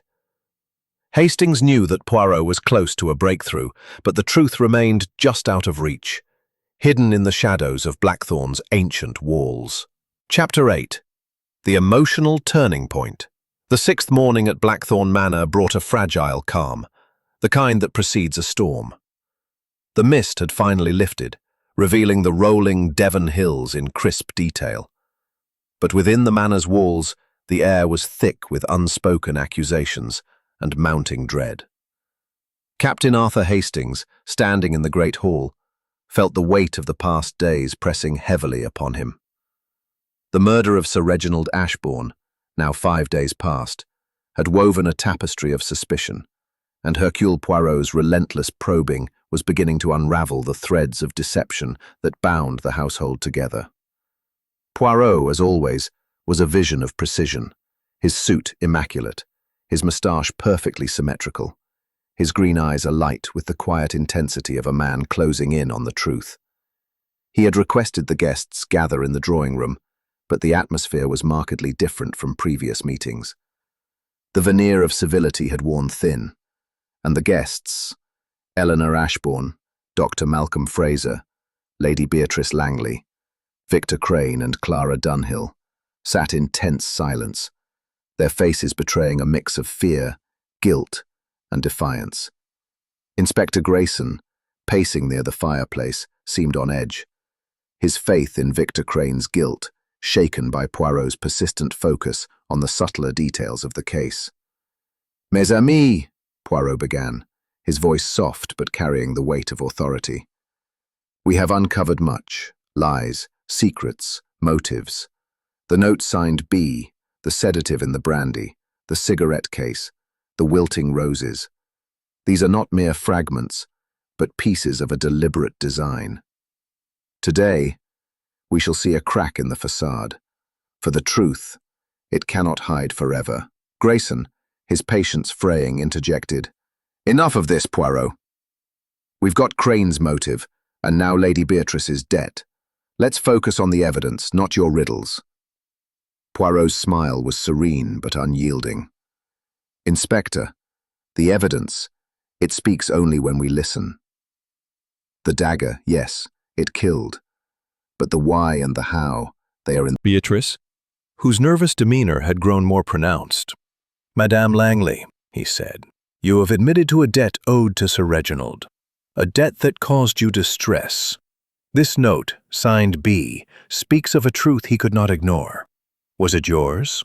Lady Beatrice's hands trembled, her handkerchief twisting into knots.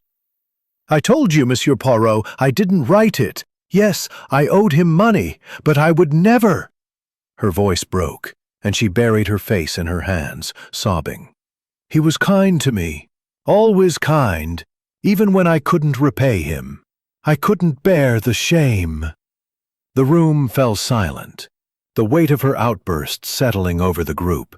Eleanor, her face pale, reached out as if to comfort her, then drew back, her expression conflicted. Dr. Fraser's eyes narrowed, and Victor Crane shifted uncomfortably, his usual bravado subdued. Clara Dunhill remained impassive, her gaze fixed on the floor, but Hastings caught the slightest tightening of her lips. Poirot's voice was gentle but firm. "Madame, your distress, it is genuine, but it conceals as much as it reveals. If not you, then who is this B? And why was the note hidden in the conservatory, where you claim to have been?" Lady Beatrice's sobs quieted, but she offered no answer, her eyes darting to the others as if seeking rescue. Poirot turned to Eleanor. "Mademoiselle Ashburn, you were close to your uncle. Did he ever speak of a secret, a truth he wished to avoid?" Eleanor's composure faltered, her hands clenching in her lap. He was troubled in his last weeks," she admitted, her voice barely above a whisper. "He spoke of mistakes, of things he wished to set right. But he never told me what they were." Poirot's gaze sharpened. "And yet, mademoiselle, you knew of his correspondence, a letter in blue ink perhaps, burned in the fireplace. Did you see such a letter?" Eleanor's eyes widened, and for a moment Hastings thought she might break. I don't know," she stammered. "He handled his own letters sometimes. I didn't pry." Poirot nodded, but his expression suggested he was far from satisfied. He turned to the group, his voice rising slightly. "Mes amis, someone in this room knows more than they say. The note, the sedative, the cigarette case, they point to a truth Sir Reginald could not face. I ask you now, speak, or the little gray cells, they will speak for you."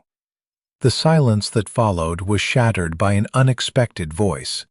Clara Dunhill's, the quiet secretary who had remained almost invisible throughout the investigation, stood, her hands trembling, but her voice clear. "Monsieur Poirot, I must confess something. I heard more than I admitted that night." Astonishment rippling through the group. Even Grayson paused, his Plain features, flushed with emotion. "I was in my office, as I said, but the cry, it wasn't just a cry. There was a voice, muffled, as if through the study door. It said, 'You've gone too far.' I couldn't tell who it was, but it was angry, desperate. I was afraid, so I stayed at my desk until Captain Hastings called out. Hastings felt a jolt of excitement, but Poirot's expression remained calm. 'And why, mademoiselle, did you not tell us this before?' Clara's eyes dropped. I didn't want to be involved. Sir Reginald was kind to me. but I knew his affairs were complicated. I thought it safer to say nothing. Poirot's gaze was piercing. And the letter, mademoiselle?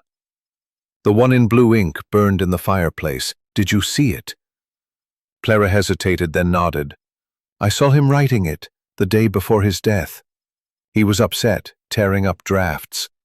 I didn't read it, but it was in blue ink, yes. The admission sent a ripple through the room. Eleanor's face paled, and Lady Beatrice's sobs quieted, her eyes wide with fear. Victor Crane leaned forward, his voice sharp. What's this about a letter? You're saying Ashbourne was hiding something? Poirot raised a hand for silence. Monsieur Crane, your eagerness to deflect is noted. But Mademoiselle Dunhill's confession, it is a turning point. The voice, the letter, they point to a confrontation, a secret that led to murder. Grayson, seizing the moment, turned on Clara. If you heard a voice, why not name the speaker? Are you protecting someone? Clara's voice trembled. I don't know who it was, Inspector. I swear it. Poirot's smile was faint but knowing. Merci, mademoiselle. Your courage, it is appreciated. You may sit. As Clara returned to her seat, the atmosphere shifted. The guests, once guarded, now seemed exposed, their secrets teetering on the edge of revelation. Poirot turned to Dr. Fraser, whose calm had begun to crack. Doctor, you were in the library near the study. Did you hear this voice? This cry of, "You've gone too far"? Fraser's jaw tightened. I heard nothing, as I've said. The library is too far, and I was reading. Poirot's eyes narrowed. And yet, Doctor, your expertise in toxicology remains of interest. The sedative in the brandy. Could it have been administered by one without your knowledge? Fraser's voice was clipped. It's possible, but I had no part in it. The questioning continued, but Clara's confession had changed the dynamic. The guests were no longer merely suspects. They were players in a drama where one wrong move could expose them. Poirot, sensing the shift, dismissed the group, but requested Eleanor remain. In the quiet of the drawing room, he spoke softly. Composure broke.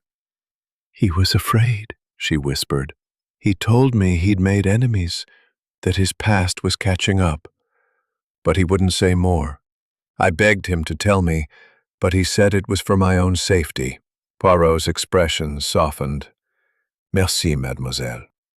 Your honesty, it brings us closer to the truth. As Eleanor left, Hastings turned to Poirot. Clara's confession, Eleanor's breakdown, this is progress, isn't it? Poirot nodded, his eyes distant. Oui, Hastings. The cracks, they widen. The voice, the letter, the sedative, they point to a motive deep and personal. Tomorrow we shall set a trap, and the truth, it will emerge.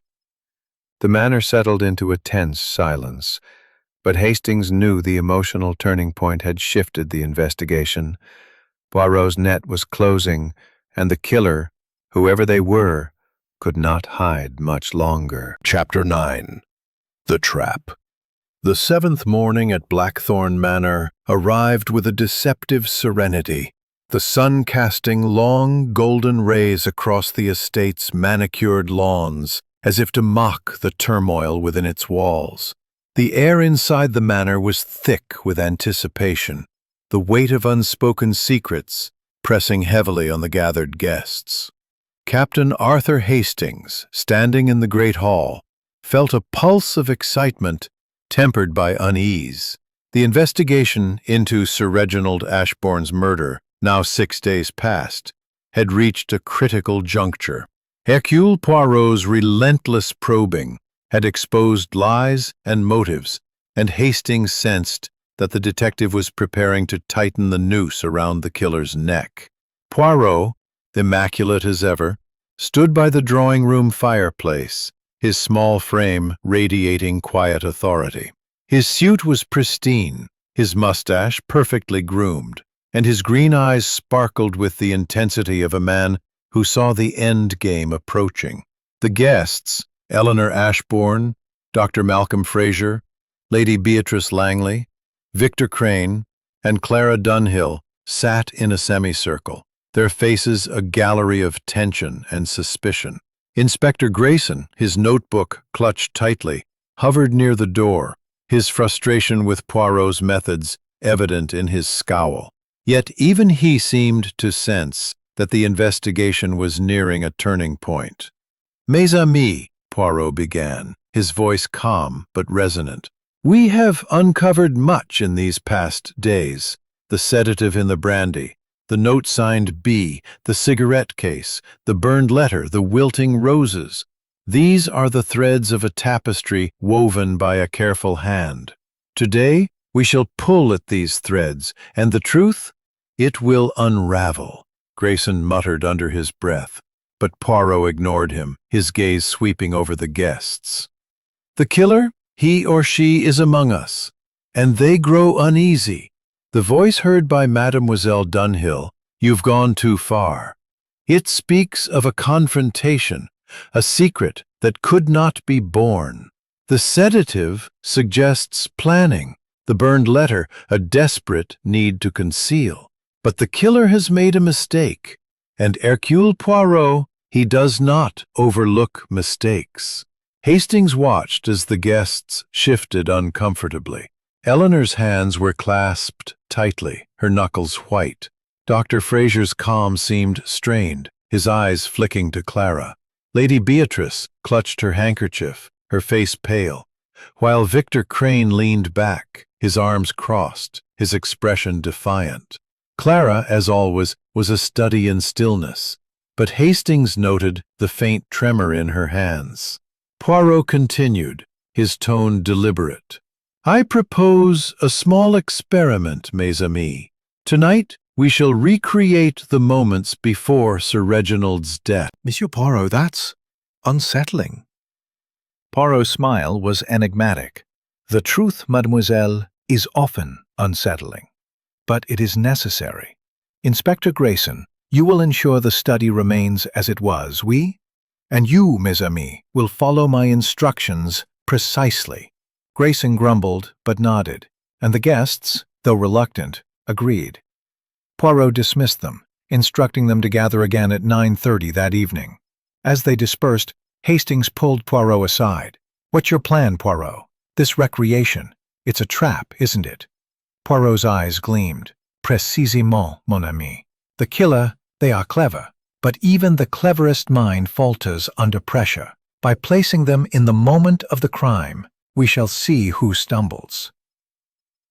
The day passed in a flurry of preparation. Poirot, with Hastings' assistance, inspected the study once more, ensuring every detail, the desk, the brandy decanter, the cigarette case, was as it had been. He lingered by the fireplace, sifting through the ashes again, and extracted another fragment of charred paper. "This letter," he murmured, "it holds the key. The ink, the words, they point to a motive deep and personal." Hastings frowned. "But we don't know what it said. How can it help?" Poirot's smile was faint. "Patience, Hastings. The letter's absence is as telling as its presence. Someone burned it to hide a truth, but the act of burning, it reveals their fear." As evening approached, Poirot gathered the guests in the great hall, outlining the plan. "At 9:30, you will each go to your claimed locations. Mademoiselle Ashbourne to her room, Dr. Fraser to the library, Madame Langley to the conservatory, Monsieur Crane to the grounds by the fountain, and Mademoiselle Dunhill to her office. At 10 o'clock, I shall sound a bell, and you will return here. Captain Hastings and I will observe from the corridor." The guests nodded, though their unease was palpable. Grayson, stationed near the study, muttered about theatrics, but Poirot's authority held sway. At precisely 9:30, the group dispersed, each moving to their assigned place. Hastings followed Poirot to the corridor, where they positioned themselves near the study door, hidden in the shadows of a tall bookcase. The manor fell silent, the only sound the distant tick of a grandfather clock. Hastings' heart pounded as he watched the closed doors along the corridor. Eleanor's room, the library, Clara's office. The conservatory's terrace door was just visible at the hall's end, and Crane's figure could be seen pacing by the fountain through a window. At 9:50, a faint noise broke the silence, a rustle, like paper being crumpled, from the direction of Clara's office. Poirot's hand gripped Hastings' arm, his eyes narrowing. Moments later, a soft thud came from the conservatory, followed by a muffled gasp. Hastings tensed, but Poirot signaled On the study door. At 10 o'clock, Poirot rang the bell, its chime echoing through the manor. The guests returned one by one, their faces a mix of relief and apprehension. Eleanor emerged from her room, her expression strained. Dr. Fraser stepped from the library, his hands in his pockets. Lady Beatrice appeared from the conservatory, her handkerchief clutched tightly. Victor Crane strode in from the grounds, his face flushed. Clara Dunhill was last, her step slow, her eyes avoiding Poirot's. "Well?" Grayson demanded. "What did this prove?" Poirot's voice was calm but commanding. "It proves, Inspector, that not all is as it seems. Mademoiselle Dunhill, you were in your office, oui? Did you hear anything tonight?" Clara's voice was soft. "Nothing, Monsieur Poirot." It was quiet. "And you, Madame Langley?" Poirot asked, turning to Lady Beatrice. "You were in the conservatory. Did you hear a thud, perhaps? Or a gasp?" Lady Beatrice's eyes widened. I tripped over a pot. It was nothing." Poirot's gaze shifted to Dr. Fraser. "And you, Doctor?" "The library is close to the study. Did you hear a rustle, perhaps, from Mademoiselle Dunhill's office?" Fraser's jaw tightened. "I heard nothing. I was reading," Poirot nodded, but his eyes gleamed with quiet triumph. "Mes amis, the trap. It has been sprung. The sounds we heard tonight, they echo the night of the murder. A rustle, a thud, a gasp. Someone moved, someone acted, and now we know who." The guests exchanged uneasy glances, and Hastings felt a thrill of anticipation.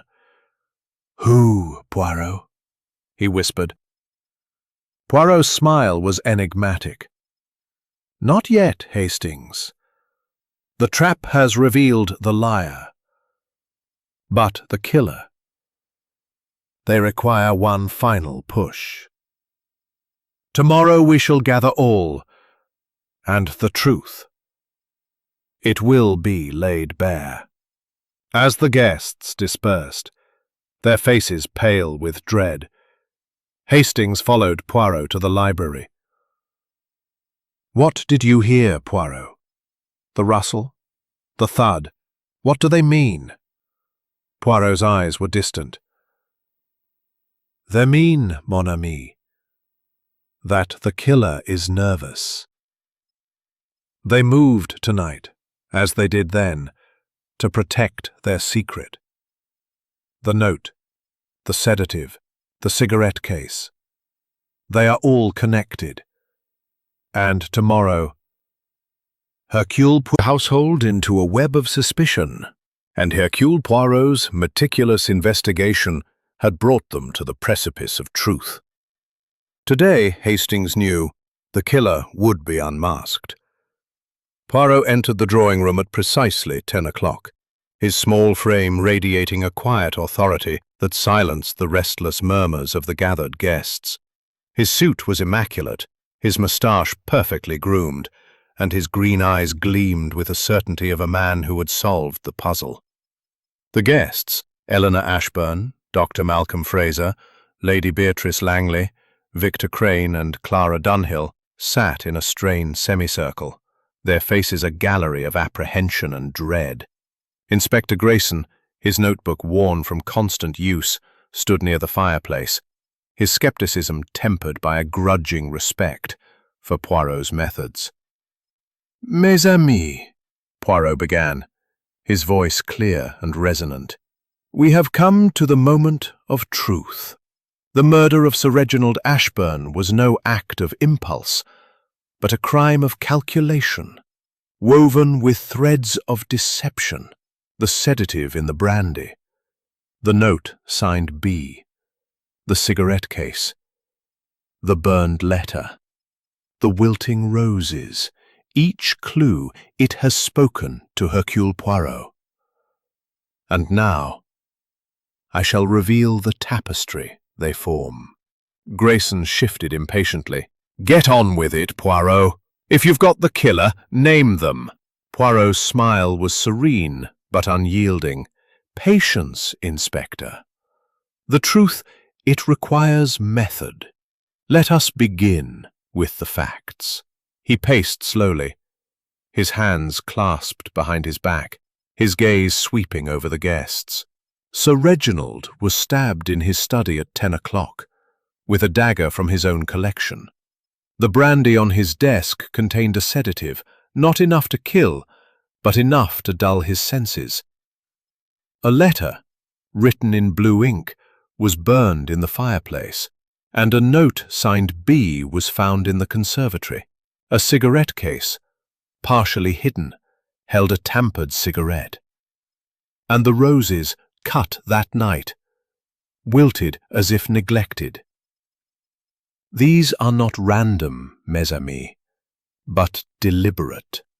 He paused, letting the weight of his words settle. The sedative suggests planning.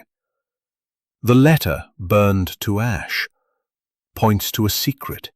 The note in the conservatory speaks of a confrontation. And the cigarette case, it is the key that unlocks the door. Hastings, watching closely, saw Eleanor's hands tighten, Fraser's jaw clench, and Lady Beatrice's handkerchief flutter nervously. Victor Crane leaned forward, his eyes narrow, while Clara Dunhill remained still, her face unreadable. Poirot continued, his voice steady. "Let us reconstruct." "They are clever. They overturn the glass to suggest a struggle. They burn the letter to hide its contents, and they place the roses to distract. Yet they make mistakes." He turned to the cigarette case, which he had brought from the study and now held aloft. "This case, mes amis, it was tampered with. One cigarette. It was crushed, its tobacco loose, as if used to conceal something, perhaps the sedative itself. Who among you had access to this case?" The room was silent, the tension palpable. Poirot's gaze settled on Dr. Fraser. "Doctor, you are a man of science, skilled in toxicology." The sedative in the brandy. It was subtle, precise.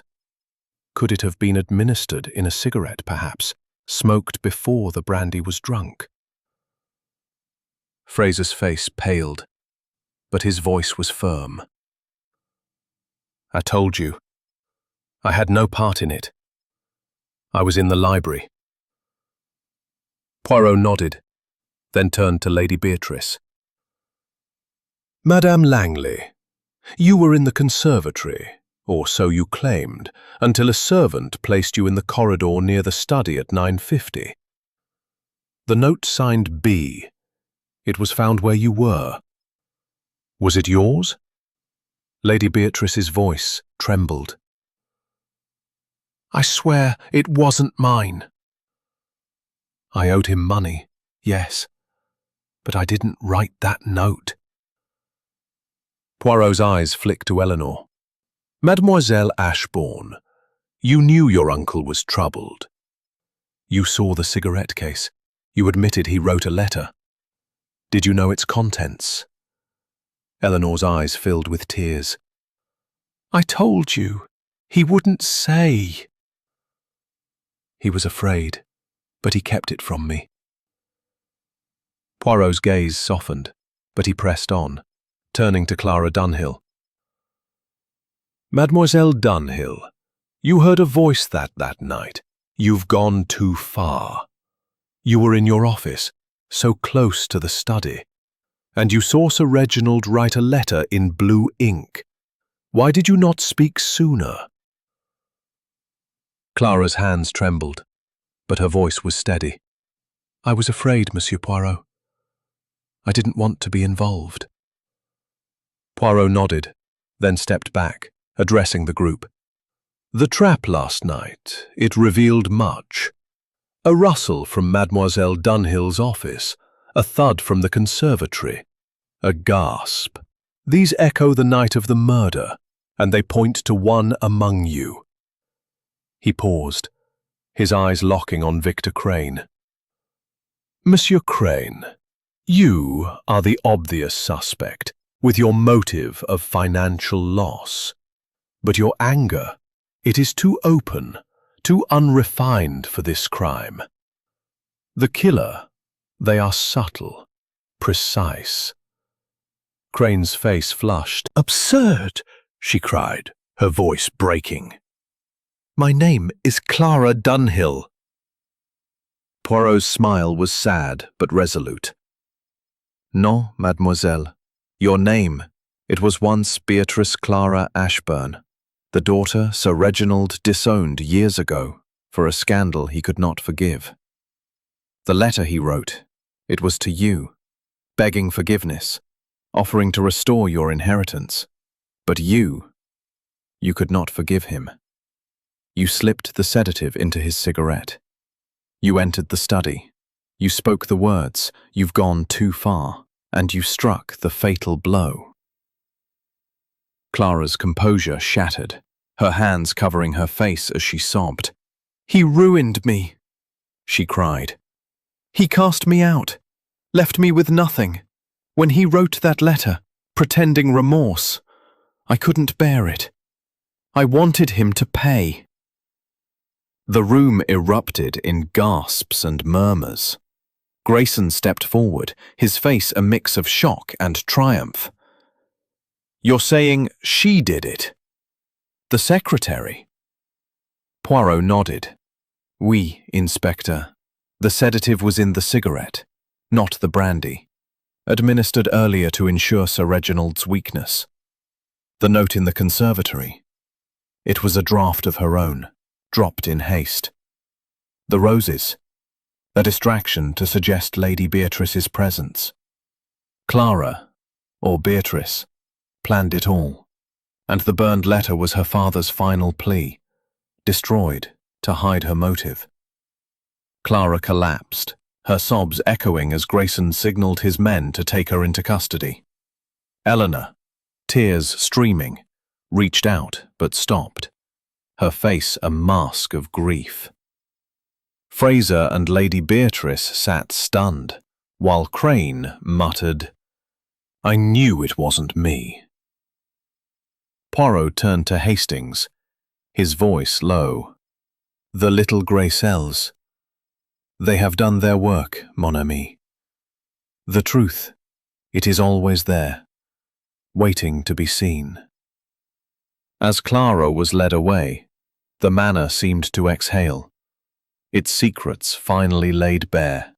Hastings, watching Poirot, marvelled at the detective's genius, but felt a pang of sorrow for the broken family at the heart of the crime. Chapter 11. The Reflection. The morning after Clara Dunhill's confession cast a sombre light over Blackthorn Manor, as if the estate itself mourned the unravelling of its secrets. The sun, high and unyielding, streamed through the tall windows of the drawing-room, illuminating the dust motes that danced in the air, a silent reminder of the disturbance that had shaken the household. Captain Arthur Hastings stood by the fireplace, his heart heavy with the weight of the previous day's revelation.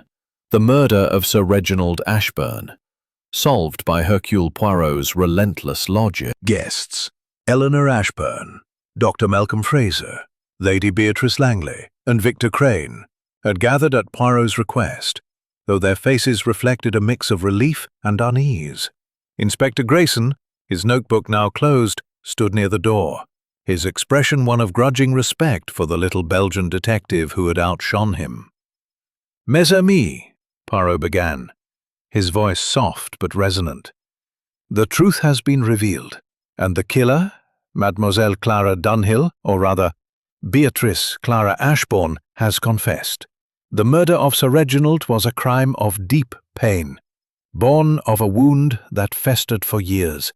But now we must reflect. For the truth, it is not only about justice, but about understanding." Eleanor, her face pale and her eyes red from crying, spoke first, her voice trembling. "Monsieur Poirot, how could I not have seen it? Clara, Beatrice, was my cousin, and I never knew. Uncle kept so many secrets." Poirot's gaze softened. "Mademoiselle, the heart of a family, it is often a labyrinth. Sir Reginald's decision to disown his daughter, it was a mistake he sought to mend, but too late. The letter he wrote, in blue ink, was his attempt to atone, but it rekindled her anger, her sense of betrayal." Lady Beatrice, her handkerchief crumpled in her lap, looked up. "I feel such a fool, Monsieur Poirot. I thought you suspected me. With that note signed B, I was so afraid." Poirot's smile was gentle. "Madame, your fear, it was natural. The note, it was a clever misdirection, dropped in the conservatory to cast suspicion on you. But your debt to Sir Reginald, it was a motive too obvious, too clumsy for this crime." Dr. Fraser, his calm restored but his eyes wary, nodded. "You suspected me too, didn't you? My knowledge of toxicology, the sedative, it pointed to me." "Oui, doctor," Poirot admitted. "Your expertise made you a candidate, but the sedative in the cigarette, not the brandy, was the work of one who knew Sir Reginald's habits intimately. Only Clara, as his secretary, had such access." Victor Crane, his usual bravado subdued, leaned forward. "I'll admit, I thought you were barking up the wrong tree, Poirot, but you got her. I can't believe she was his daughter." Poirot's eyes gleamed with quiet wisdom. "Monsieur Crane, the truth, it is often hidden in plain sight. Clara's quiet demeanor, her invisibility, it was her shield. She used it to move through the manor unnoticed, to tamper with the cigarette, to burn the letter, to place the roses as a distraction." Hastings, standing quietly, ventured a question. "Poirot, how did you know it was the cigarette, not the brandy? And the note, how did you connect it to Clara?" Poirot turned to his friend, his expression one of patient explanation. "The cigarette case that told the true story." The tampered cigarette, crushed and loose, suggested a delivery method more personal, more precise. Sir Reginald smoked after dinner, a habit Clara knew well. As for the note, the B was too convenient for Madame Langley. But Clara's full name, Beatrice Clara, it was a clue hidden in her past. The burned letter, its blue ink matching Sir Reginald's, was her motive, his plea for forgiveness, which she could not accept. Grayson, clearing his throat, spoke up. "I'll give you credit, Poirot. I was dead set on Crane, but you saw through the lot of them. Still, it's a sad business, a daughter killing her own father." Poirot nodded, his voice tinged with sorrow. "It is a tragedy, Inspector. The heart. It can hold great love and great hatred, and sometimes they are one.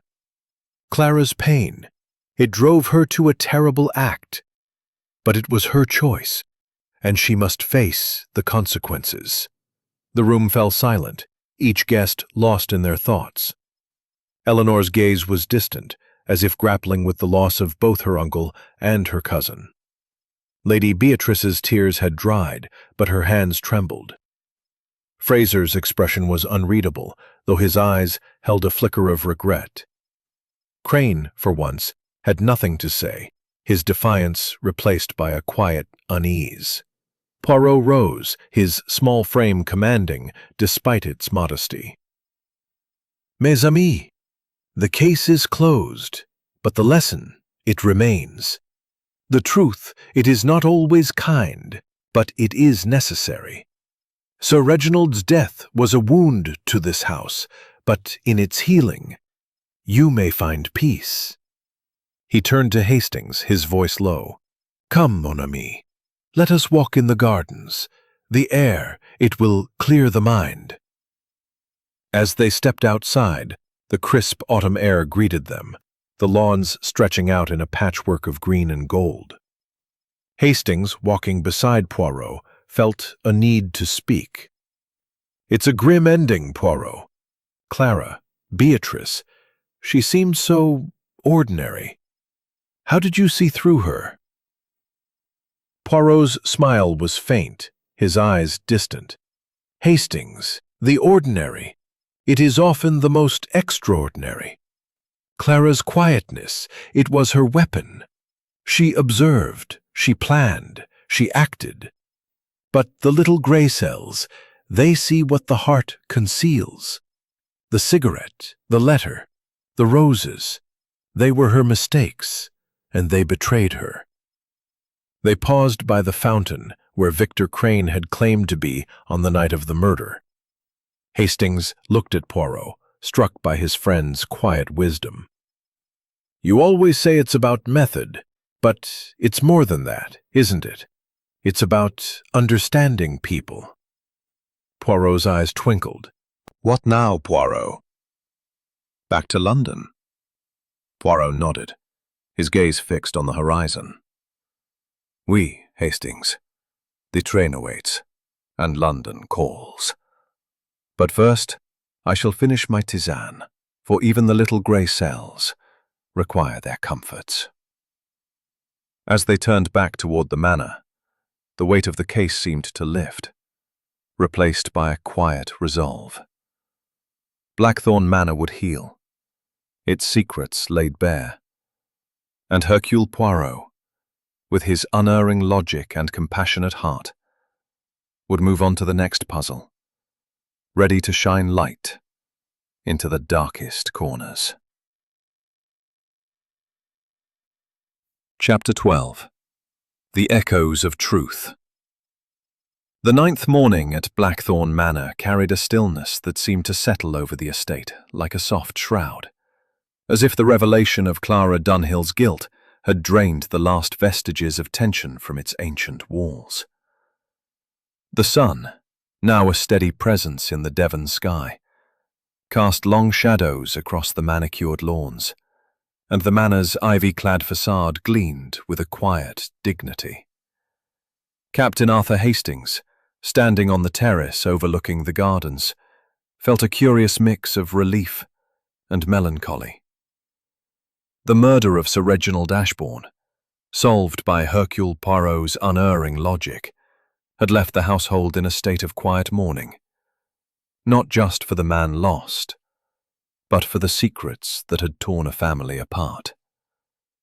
Hercule Poirot, ever the picture of precision, joined Hastings on the terrace, his small frame clad in an immaculate suit, his moustache gleaming under the morning light. His green eyes, though bright, held a reflective depth, as if the weight of the case lingered in his mind. He carried a small leather notebook, its pages filled with the meticulous notes that had guided him to the truth. The remaining guests, Eleanor Ashbourne, Dr. Malcolm Fraser, Lady Beatrice Langley, and Victor Crane, had been given leave to prepare for their departure. But Poirot had requested one final gathering in the drawing-room, a moment to tie the loose ends of the investigation. "Mon ami," Poirot said, his voice soft as he joined Hastings. "You are pensive this morning.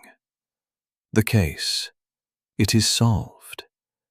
Yet the heart, it is not so easily satisfied. Oui, Hastings nodded, his gaze fixed on the distant hills. It's a sad business, Poirot. Clara, Beatrice, was his daughter. To think she carried that resentment all those years, only to end like this. It's tragic. Poirot's expression was somber. The heart, Hastings. It can be a battlefield. Bravado, muted, leaned against a chair, his expression subdued. Inspector Grayson, his role now reduced to formalities, stood near the door, his notebook tucked away.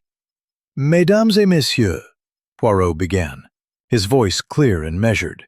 The case of Sir Reginald Ashburn's murder is closed, and the guilty party, Mademoiselle Clara Dunhill, or Beatrice Clara Ashbourne, is in custody. But before we part, I wish to share the final pieces of the puzzle. For understanding, it is the balm for such wounds. He opened his notebook, his fingers tracing the pages. The crime, it was one of calculation, born of a wound that never healed. Clara, disowned by her father years ago, carried her resentment like a shadow. When Sir Reginald, in his final days, sought to reconcile through a letter, her anger was reignited. She planned her revenge with precision, using her access as his secretary to tamper with a cigarette, lacing it with a sedative to dull his senses. She entered the study, spoke the words, "You've gone too far," and struck with the dagger, a symbol of the family she felt had betrayed her. Eleanor's voice broke the silence, her tone anguished. "Monsieur Poirot, why didn't she tell me? I would have helped her, welcomed her as family." Poirot's gaze softened. "Mademoiselle, her shame, it was her prison. To reveal herself as Beatrice, it would have meant confronting her past, and she was not ready. The letter, burned in the fireplace, was her father's plea, but it was also her trigger. She could not forgive Lady Beatrice." Her voice trembling spoke up. "I still don't understand the note in the conservatory. Why B? Why there?" Poirot nodded, his eyes gleaming with quiet satisfaction. "The note, madame. It was a draft of Clara's own, a moment of carelessness. She wrote it to confront Sir Reginald, but discarded it in the conservatory, perhaps in haste, hoping to cast suspicion on you. The B was her own initial, Beatrice, a name she had abandoned but could not escape." Dr. Fraser cleared his throat, his voice steady but tinged with curiosity. "And the cigarette case? How did you know the sedative was there, not in the brandy?" Poirot's smile was faint. "The brandy, doctor. It was a misdirection. The stain was too small, the odor not quite right.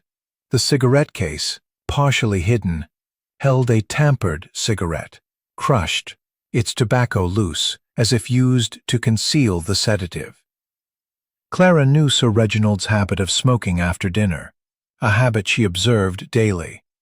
The brandy, overturned, was meant to suggest a struggle, but the little gray cells, they saw through the deception."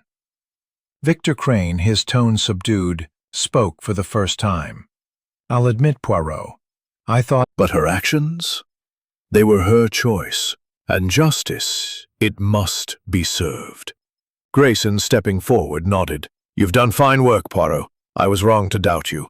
I'll see to it that Miss Dunhill's confession is properly recorded." Poirot inclined his head. "Merci, Inspector. Your cooperation, it was essential. But now, mes amis, it is time to leave Blackthorn Manor to its healing. The truth, it has been found, and the shadows, they are lifted." The guests rose, their movements slow, as if reluctant to leave the scene of such profound revelation. Eleanor lingered, her eyes meeting Poirot's. "Thank you, Monsieur Poirot, for my uncle, for all of us." Poirot bowed slightly. "Mademoiselle, it is my duty and my privilege to bring order where there is chaos." As the guests dispersed to pack their belongings, Hastings followed Poirot to the terrace, where the detective stood, gazing out at the gardens. "It's over, Poirot," Hastings said, his voice tinged with relief. "But it doesn't feel like a victory." Poirot's expression was pensive. "Non, mon ami, it is not a victory, but a necessity. The truth, it is a light that burns, but it also heals. Clara's crime, it was born of pain, but her punishment, it is the path to justice. And we move forward." Hastings nodded, struck by the depth of Poirot's words. "You always see the human side, don't you? Not just the crime, but the why." Poirot's eyes twinkled, though his smile was tinged with sadness. "The crime, Hastings, it is the surface. The why, it is the soul.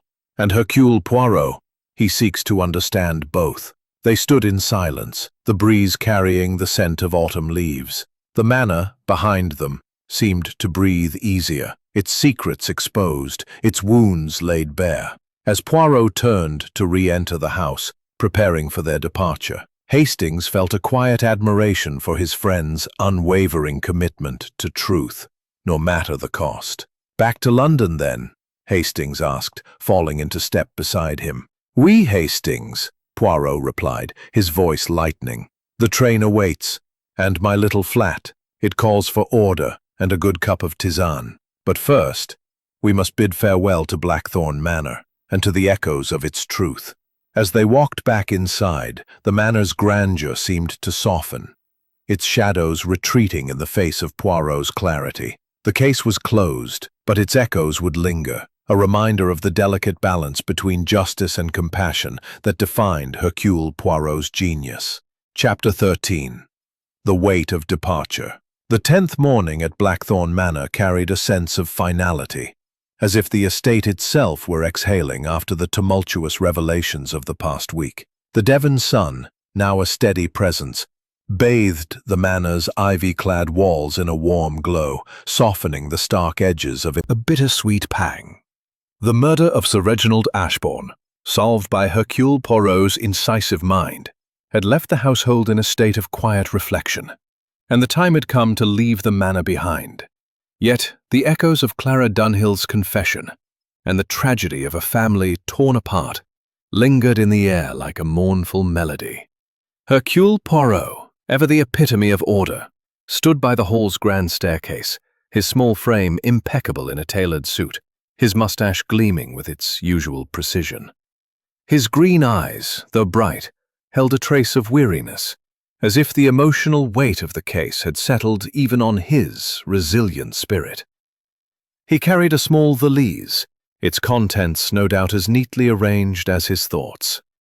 The remaining guests, Eleanor Ashbourne, Dr. Malcolm Fraser, Lady Beatrice Langley, and Victor Crane, were preparing to depart, their interactions marked by a subdued courtesy, as if the shared ordeal had forged a fragile bond among them. Inspector Grayson had already left for the local station with Clara in custody, his final nod to Poirot one of grudging admiration. "Mon ami," Poirot said, turning to Hastings with a faint smile. "You are ready to leave this place, oui? Blackthorn Manor, it has given us much to ponder, but London, it calls us back to order." Hastings nodded, adjusting his hat. "I'll be glad to be back, Poirot, but I can't shake the sadness of it all." Clara, Beatrice, was his daughter. To think she carried that pain for so long. Poirot's expression softened. "The heart, Hastings, it is a fragile thing." Clara's resentment, it grew in the shadows of her father's rejection. The letter, the cigarette, the dagger, they were her tools, but her pain, it was her true weapon. Yet justice, it has been served. They moved to the drawing room for a final farewell, where the guests had gathered, their suitcases lined up like silent sentinels. Eleanor stood by the window, her face pale but resolute, her eyes fixed on the gardens beyond. Dr. Fraser, his clinical demeanor intact, offered a curt nod to Poirot, while Lady Beatrice, her handkerchief now tucked away, managed a tremulous smile. Victor Crane, his usual bravado replaced by a quiet introspection, lingered near the fireplace, his gaze distant. "Mesdames et messieurs," Poirot began, his voice gentle but clear, "we part today, but the truth we have uncovered, it will remain with us. Sir Reginald's death was a tragedy, but in its resolution, we have found clarity. I urge you to carry this clarity forward, to mend what can be mended, and to forgive where forgiveness is possible." Eleanor turned, her voice soft but steady. "Monsieur Poirot, you've given me answers, but also questions about my uncle, about my... And though he did not live to see it, you can honor his wish by living with compassion." Lady Beatrice, her voice trembling, spoke next. "I was so afraid you thought it was me, Monsieur Poirot. That note, I'll never forget the fear of it." Poirot's smile was reassuring. "Madame, fear. It is a shadow that passes. You were not the bee of the note, but your honesty, it helped us see the light. Be at peace." Dr. Fraser cleared his throat, his tone measured. "Your methods, Monsieur Poirot, are unconventional but effective. I'm glad the truth came out, even if it's a bitter one." Poirot inclined his head. "Doctor, the truth. It is often bitter, but it is also necessary. Your knowledge, it was a piece of the puzzle, even if you did not wield the dagger." Victor Crane, his voice quieter than usual, met Poirot's gaze. "I owe you an apology, Poirot.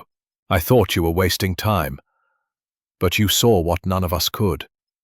I'll be more careful about judging a book by its cover." Poirot's eyes twinkled. "Monsieur Crane, the cover, it is but the beginning. The story, it lies within, and Hercule Poirot, he reads every page." As the guests exchanged final words, Hastings watched Poirot with a familiar admiration. The detective's ability to balance logic with compassion, to unravel a crime while understanding the human heart, was a gift that never ceased to amaze him. The group began to disperse, their chauffeurs and taxis arriving to carry them away from Blackthorn Manor. Eleanor lingered longest, her hand resting on the arm of a chair as she looked at Poirot. "Monsieur Poirot," she said, her voice breaking, "will you let me know what happens to Clara? She's my cousin, after all. I want to understand." Poirot bowed slightly. "Mademoiselle, I shall ensure you are informed. Her path now lies with justice, but your compassion, it is a light in this darkness." As Eleanor left, her steps slow, Hastings turned to Poirot. "You've done it again, Poirot. You found the truth, but you also gave them something to hold on to. Hope, maybe." Poirot's smile was faint but warm. "Hope, mon ami. It is the companion of truth. Without it, justice is but a cold verdict. Come, let us prepare for the train. London awaits, and my little flat, it yearns for order." They walked to the waiting car, the manor's grand silhouette receding behind them. Hastings glanced back, struck by the contrast between its beauty and the tragedy it had housed. "Do you think the manor will ever be the same, Poirot? After all this?" Poirot's gaze was distant, his voice thoughtful. "The manor, it will endure, as all journey through deception and pain." But Poirot's clarity had brought them through. The train to London loomed ahead, and with it, the promise of rest and reflection. Yet Hastings knew that wherever Poirot went, another puzzle would surely follow, and he would be there, as always, to witness the triumph of the little gray cells. Chapter 14. The Journey Back. The 11th day at Blackthorn Manor marked the final departure of Hercule Poirot and Captain Arthur Hastings from the grand estate, its Elizabethan towers standing resolute against the crisp autumn sky. The sun, now a constant companion over the Devon hills, bathed the manor's ivy-clad walls in a golden hue as if bidding farewell to the turmoil that had unfolded within. Hastings, standing by the hired car with his suitcase in hand, felt a quiet relief mingled with the lingering weight of the tragedy. The murder of Sir Reginald Ashbourne, solved through Poirot's unerring logic, had left an indelible mark on the household, and the revelation of Clara Dunhill's identity as Beatrice Clara Ashbourne had cast a long shadow over the manor's future. Poirot, as ever, was a vision of meticulous order, his small frame clad in a perfectly tailored suit, his mustache gleaming with precision under the morning light. His green eyes, though bright, carried a reflective calm, as if the resolution of the case had settled his mind, if not his heart. He carried his small valise, its contents no doubt arranged with the same care as his thoughts. The manor's remaining occupants, Eleanor Ashbourne, Dr. Malcolm Fraser, Lady Beatrice Langley, and Victor Crane, had already begun their own departures, their taxis and chauffeurs carrying them away from the scene of such profound revelations. Inspector Grayson had departed the previous day with Clara in custody, leaving behind a quiet that felt both peaceful and hollow. "Mon ami," Poirot said, turning to Hastings as they approached the car, "the time has come to leave Blackthorn Manor to its memories. London calls, and with it, the promise of order, and a good cup of tisane." Hastings smiled, though his heart was heavy. "I'll be glad to be back, Poirot, but I can't stop thinking about Clara. Beatrice. To carry that pain for so long, to turn it into murder. It's a tragedy beyond the crime itself." Poirot's expression was somber, his voice soft. "Oui, Hastings, the crime, it is the act, but the tragedy, it is the why." Clara's heart was broken by her father's rejection, and though he sought to mend it, the wound was too deep. The little gray cells, they find the truth, but they cannot heal the soul. The car rolled down the gravel drive, the manor's silhouette receding in the distance. Hastings glanced back, struck by the contrast between its timeless beauty and the human frailties it had sheltered. "Do you think—" Poirot's gaze was distant, fixed on the rolling hills. "Mademoiselle Ashbourne.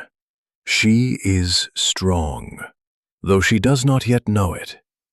The truth, it has wounded her, but it has also freed her.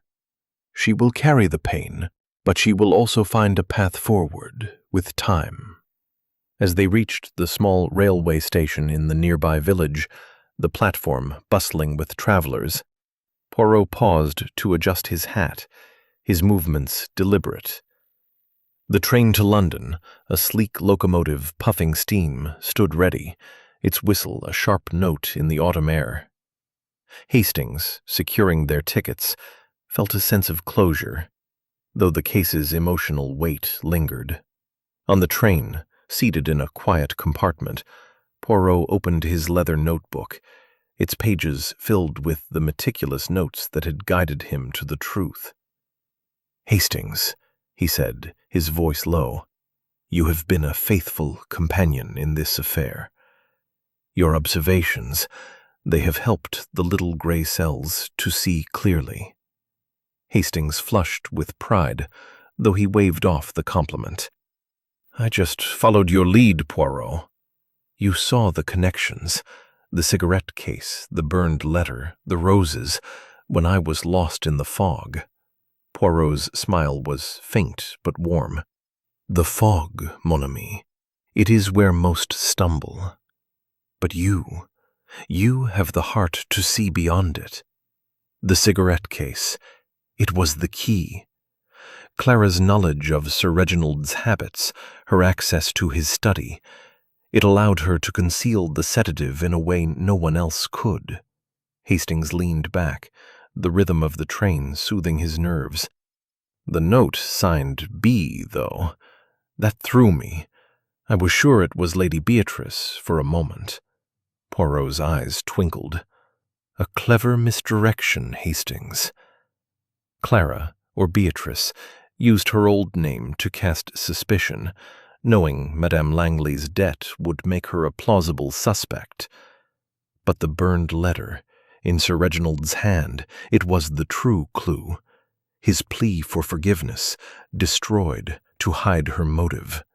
The countryside rolled past, a patchwork of fields and hedgerows, and Hastings felt a question rise. "Poirot, do you ever feel burdened by these cases? The pain, the betrayal. It's a lot to carry." Poirot's gaze softened, his fingers brushing his mustache. "The burden. It is part of the work, Hastings. To see the truth, one must see the pain. But the order, the clarity, it is the balance. To bring justice, to right the wrong. It is why Hercule Poirot persists." The train's whistle sounded as they neared a small station, and Hastings watched as passengers bustled off. Notebook, his movements deliberate. "And you, Hastings? What will you take from this case?" Hastings considered, his mind drifting back to the manor's shadowed halls. "I suppose a reminder that even the quietest people can hide the deepest pain, and that your method, Poirot, it's not just about logic, it's about seeing the human behind the crime." Poirot's smile was warm, almost paternal. "Bien, Hastings. You learn, and that is good. The heart and the mind, they must work together, or the truth, it is only half seen." The train pulled into London's bustling station as the afternoon sun cast long shadows across the platform. Hastings and Poirot stepped down, the city's hum enveloping them like a familiar embrace. As they hailed a taxi to Poirot's flat, Hastings felt a sense of closure, though the echoes of Blackthorn Manor lingered in his mind. "Back to your tisane and your quiet evenings, eh, Poirot?" Hastings said, a teasing note in his voice. Poirot's eyes twinkled. "Oui, mon ami. The tisane, it restores order. But the world, it is never quiet for long. Another puzzle, it will come, and Hercule Poirot, he will be ready." As the taxi wove through London's busy streets, Hastings looked at his friend, struck by the quiet strength that defined him. Blackthorn Manor was behind them, its secrets laid bare. But the journey of truth, Hastings knew, was one Poirot would never cease to travel. Chapter 15. The Final Bow. The evening light bathed London in a soft amber glow as the taxi carrying Hercule Poirot and Captain Arthur Hastings wound through the bustling streets, leaving the echoes of Blackthorn Manor far behind. The city's familiar hum, with its clatter of hooves and the distant chime of Big Ben, felt like a return to order after the turmoil of the Devon countryside. Hastings, seated beside his friend, gazed out the window, his mind still tethered to the tragedy of Sir Reginald Ashbourne's murder and the shocking revelation of Clara Dunhill's true identity as Beatrice Clara Ashbourne. The case, solved with Poirot's characteristic brilliance, had left a lingering sense of melancholy, a reminder of the fragile threads that bound human hearts. Poirot, as always, was a picture of meticulous calm, his small frame settled comfortably in the taxi's seat, his suit pristine, his mustache a perfect arc of waxed precision. His green eyes, reflective yet resolute, seemed to carry the weight of the case's resolution, though his demeanor betrayed no hint of fatigue. In his hands he held his small leather notebook, its pages now closed, the final notes of the Blackthorn Manor mystery safely recorded within. "Mon ami," Poirot said, breaking the comfortable silence. A daughter, driven to murder her father over a wound that never healed. And Eleanor, left to pick up the pieces. It's a lot to carry. Poirot's expression softened, his voice low and thoughtful. The heart, Hastings.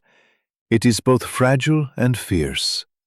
Clara's pain, it consumed her. And her crime, it was the cry of a soul too long silenced. But the truth, it has been found, and in its light there is hope for healing, even for Mademoiselle Ashburn. The taxi pulled up to Poirot's modest flat, its unassuming facade a stark contrast to the grandeur of Blackthorn Manor. As they stepped out, the cool evening air carried the scent of coal smoke and the distant aroma of roasting chestnuts from a street vendor. Poirot paid the driver with his usual precision, then turned to Hastings, a faint smile playing on his lips. "Come, mon ami," he said, gesturing toward the door. "A cup of tisane, it will restore us both, and perhaps a small discussion to lay the case to rest." Inside, the flat was a haven of order, its polished surfaces and neatly arranged furnishings a testament to Poirot's love of symmetry. Hastings settled into a familiar armchair as Poirot prepared the tisane, the soft clink of porcelain a soothing counterpoint to the weight of their recent days. When they were seated, cups steaming, Poirot leaned back, his eyes distant. "Hastings," he began, "the case of Blackthorn Manor. It was a puzzle most intricate. The cigarette case, the burned letter, the roses, the note signed B, each was a thread, and together they wove a tapestry of betrayal. But it is the why, not the how, that stays with us. Oui?" Hastings sipped his tisane, the warmth grounding him. "You saw it all, Poirot. The cigarette with the sedative, Clara's hidden identity. I was lost in the fog, but you cut through it. How do you do it, every time?" Poirot's smile was modest, though his eyes gleamed with quiet pride. "The little grey cells, mon ami. They are disciplined. They observe, they connect, they question, but it is not only logic. The heart, it speaks too. And Hercule Poirot? He listens. Clara's crime, it was not just a murder, it was a story of pain, of a daughter's love turned to hatred. The cigarette, it was her weapon, chosen because she knew her father's habits so well. The letter, burned to ash, was her father's regret, too late to save him. Hastings frowned, his mind turning over the details. "The roses still puzzle me, Poirot. Why place them in the study, and why were they wilting?" Poirot's fingers brushed his mustache, a familiar gesture. "The roses, Hastings," by the depth of Poirot's insight. "And the note in the conservatory? B for Beatrice. She was clever, wasn't she? Almost too clever." "Oui," Poirot agreed. "But the cleverest criminal, they cannot outrun the truth. Clara's plan, it was meticulous. The sedative in the cigarette, the dagger, the burned letter. But her mistakes, they were human. The note dropped in haste, the roses left to wilt, the voice overheard by her own office door. These were the cracks, and the little grey cells. They found them." The room fell quiet, the only sound the soft ticking of a clock on the mantel. Hastings felt a sense of closure, though the tragedy of the case lingered. "What do you think will happen to Eleanor?" he asked. "She's got the manor, but it's a heavy legacy now." Poirot's gaze was thoughtful. "Mademoiselle Ashburn, she is resilient. The manor, it will be a burden, but also a canvas. She will mourn, but she will rebuild, perhaps in honor of her uncle's memory, and even for Clara, who was her cousin. The heart, it finds a way." Hastings nodded, his mind drifting to the other guests. "And the others? Fraser, Langley, Crane. They'll carry this too, won't they?" "Oui," Poirot said. "Dr. Fraser.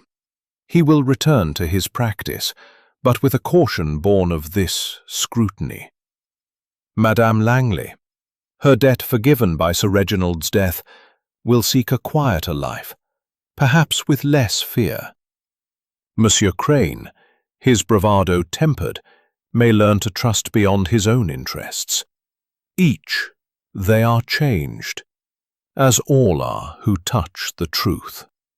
The tisane had cooled, and Poirot set his cup down with a delicate clink. And you, Hastings, what do you carry from Blackthorn Manor?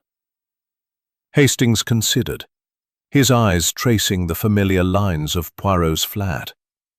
I suppose, a reminder that even the smallest details matter, and that you, Poirot, see what no one else can.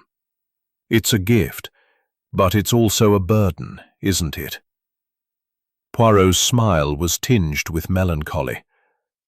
A burden, oui, but one I bear willingly, to bring order to chaos, to shine light in darkness. It is the work of Hercule Poirot. And with you, mon ami, it is a journey shared. They sat in companionable silence, the weight of the case settling into memory. Outside, London hummed with life, its rhythm a stark contrast to the stillness of Blackthorn Manor. As the clock struck 8, Poirot rose, his movements precise. Come, Hastings, the evening, it is young, and a walk, it will clear the mind. Certainty. Wherever the next case led, they would face it together, with method, compassion, and an unyielding pursuit of truth.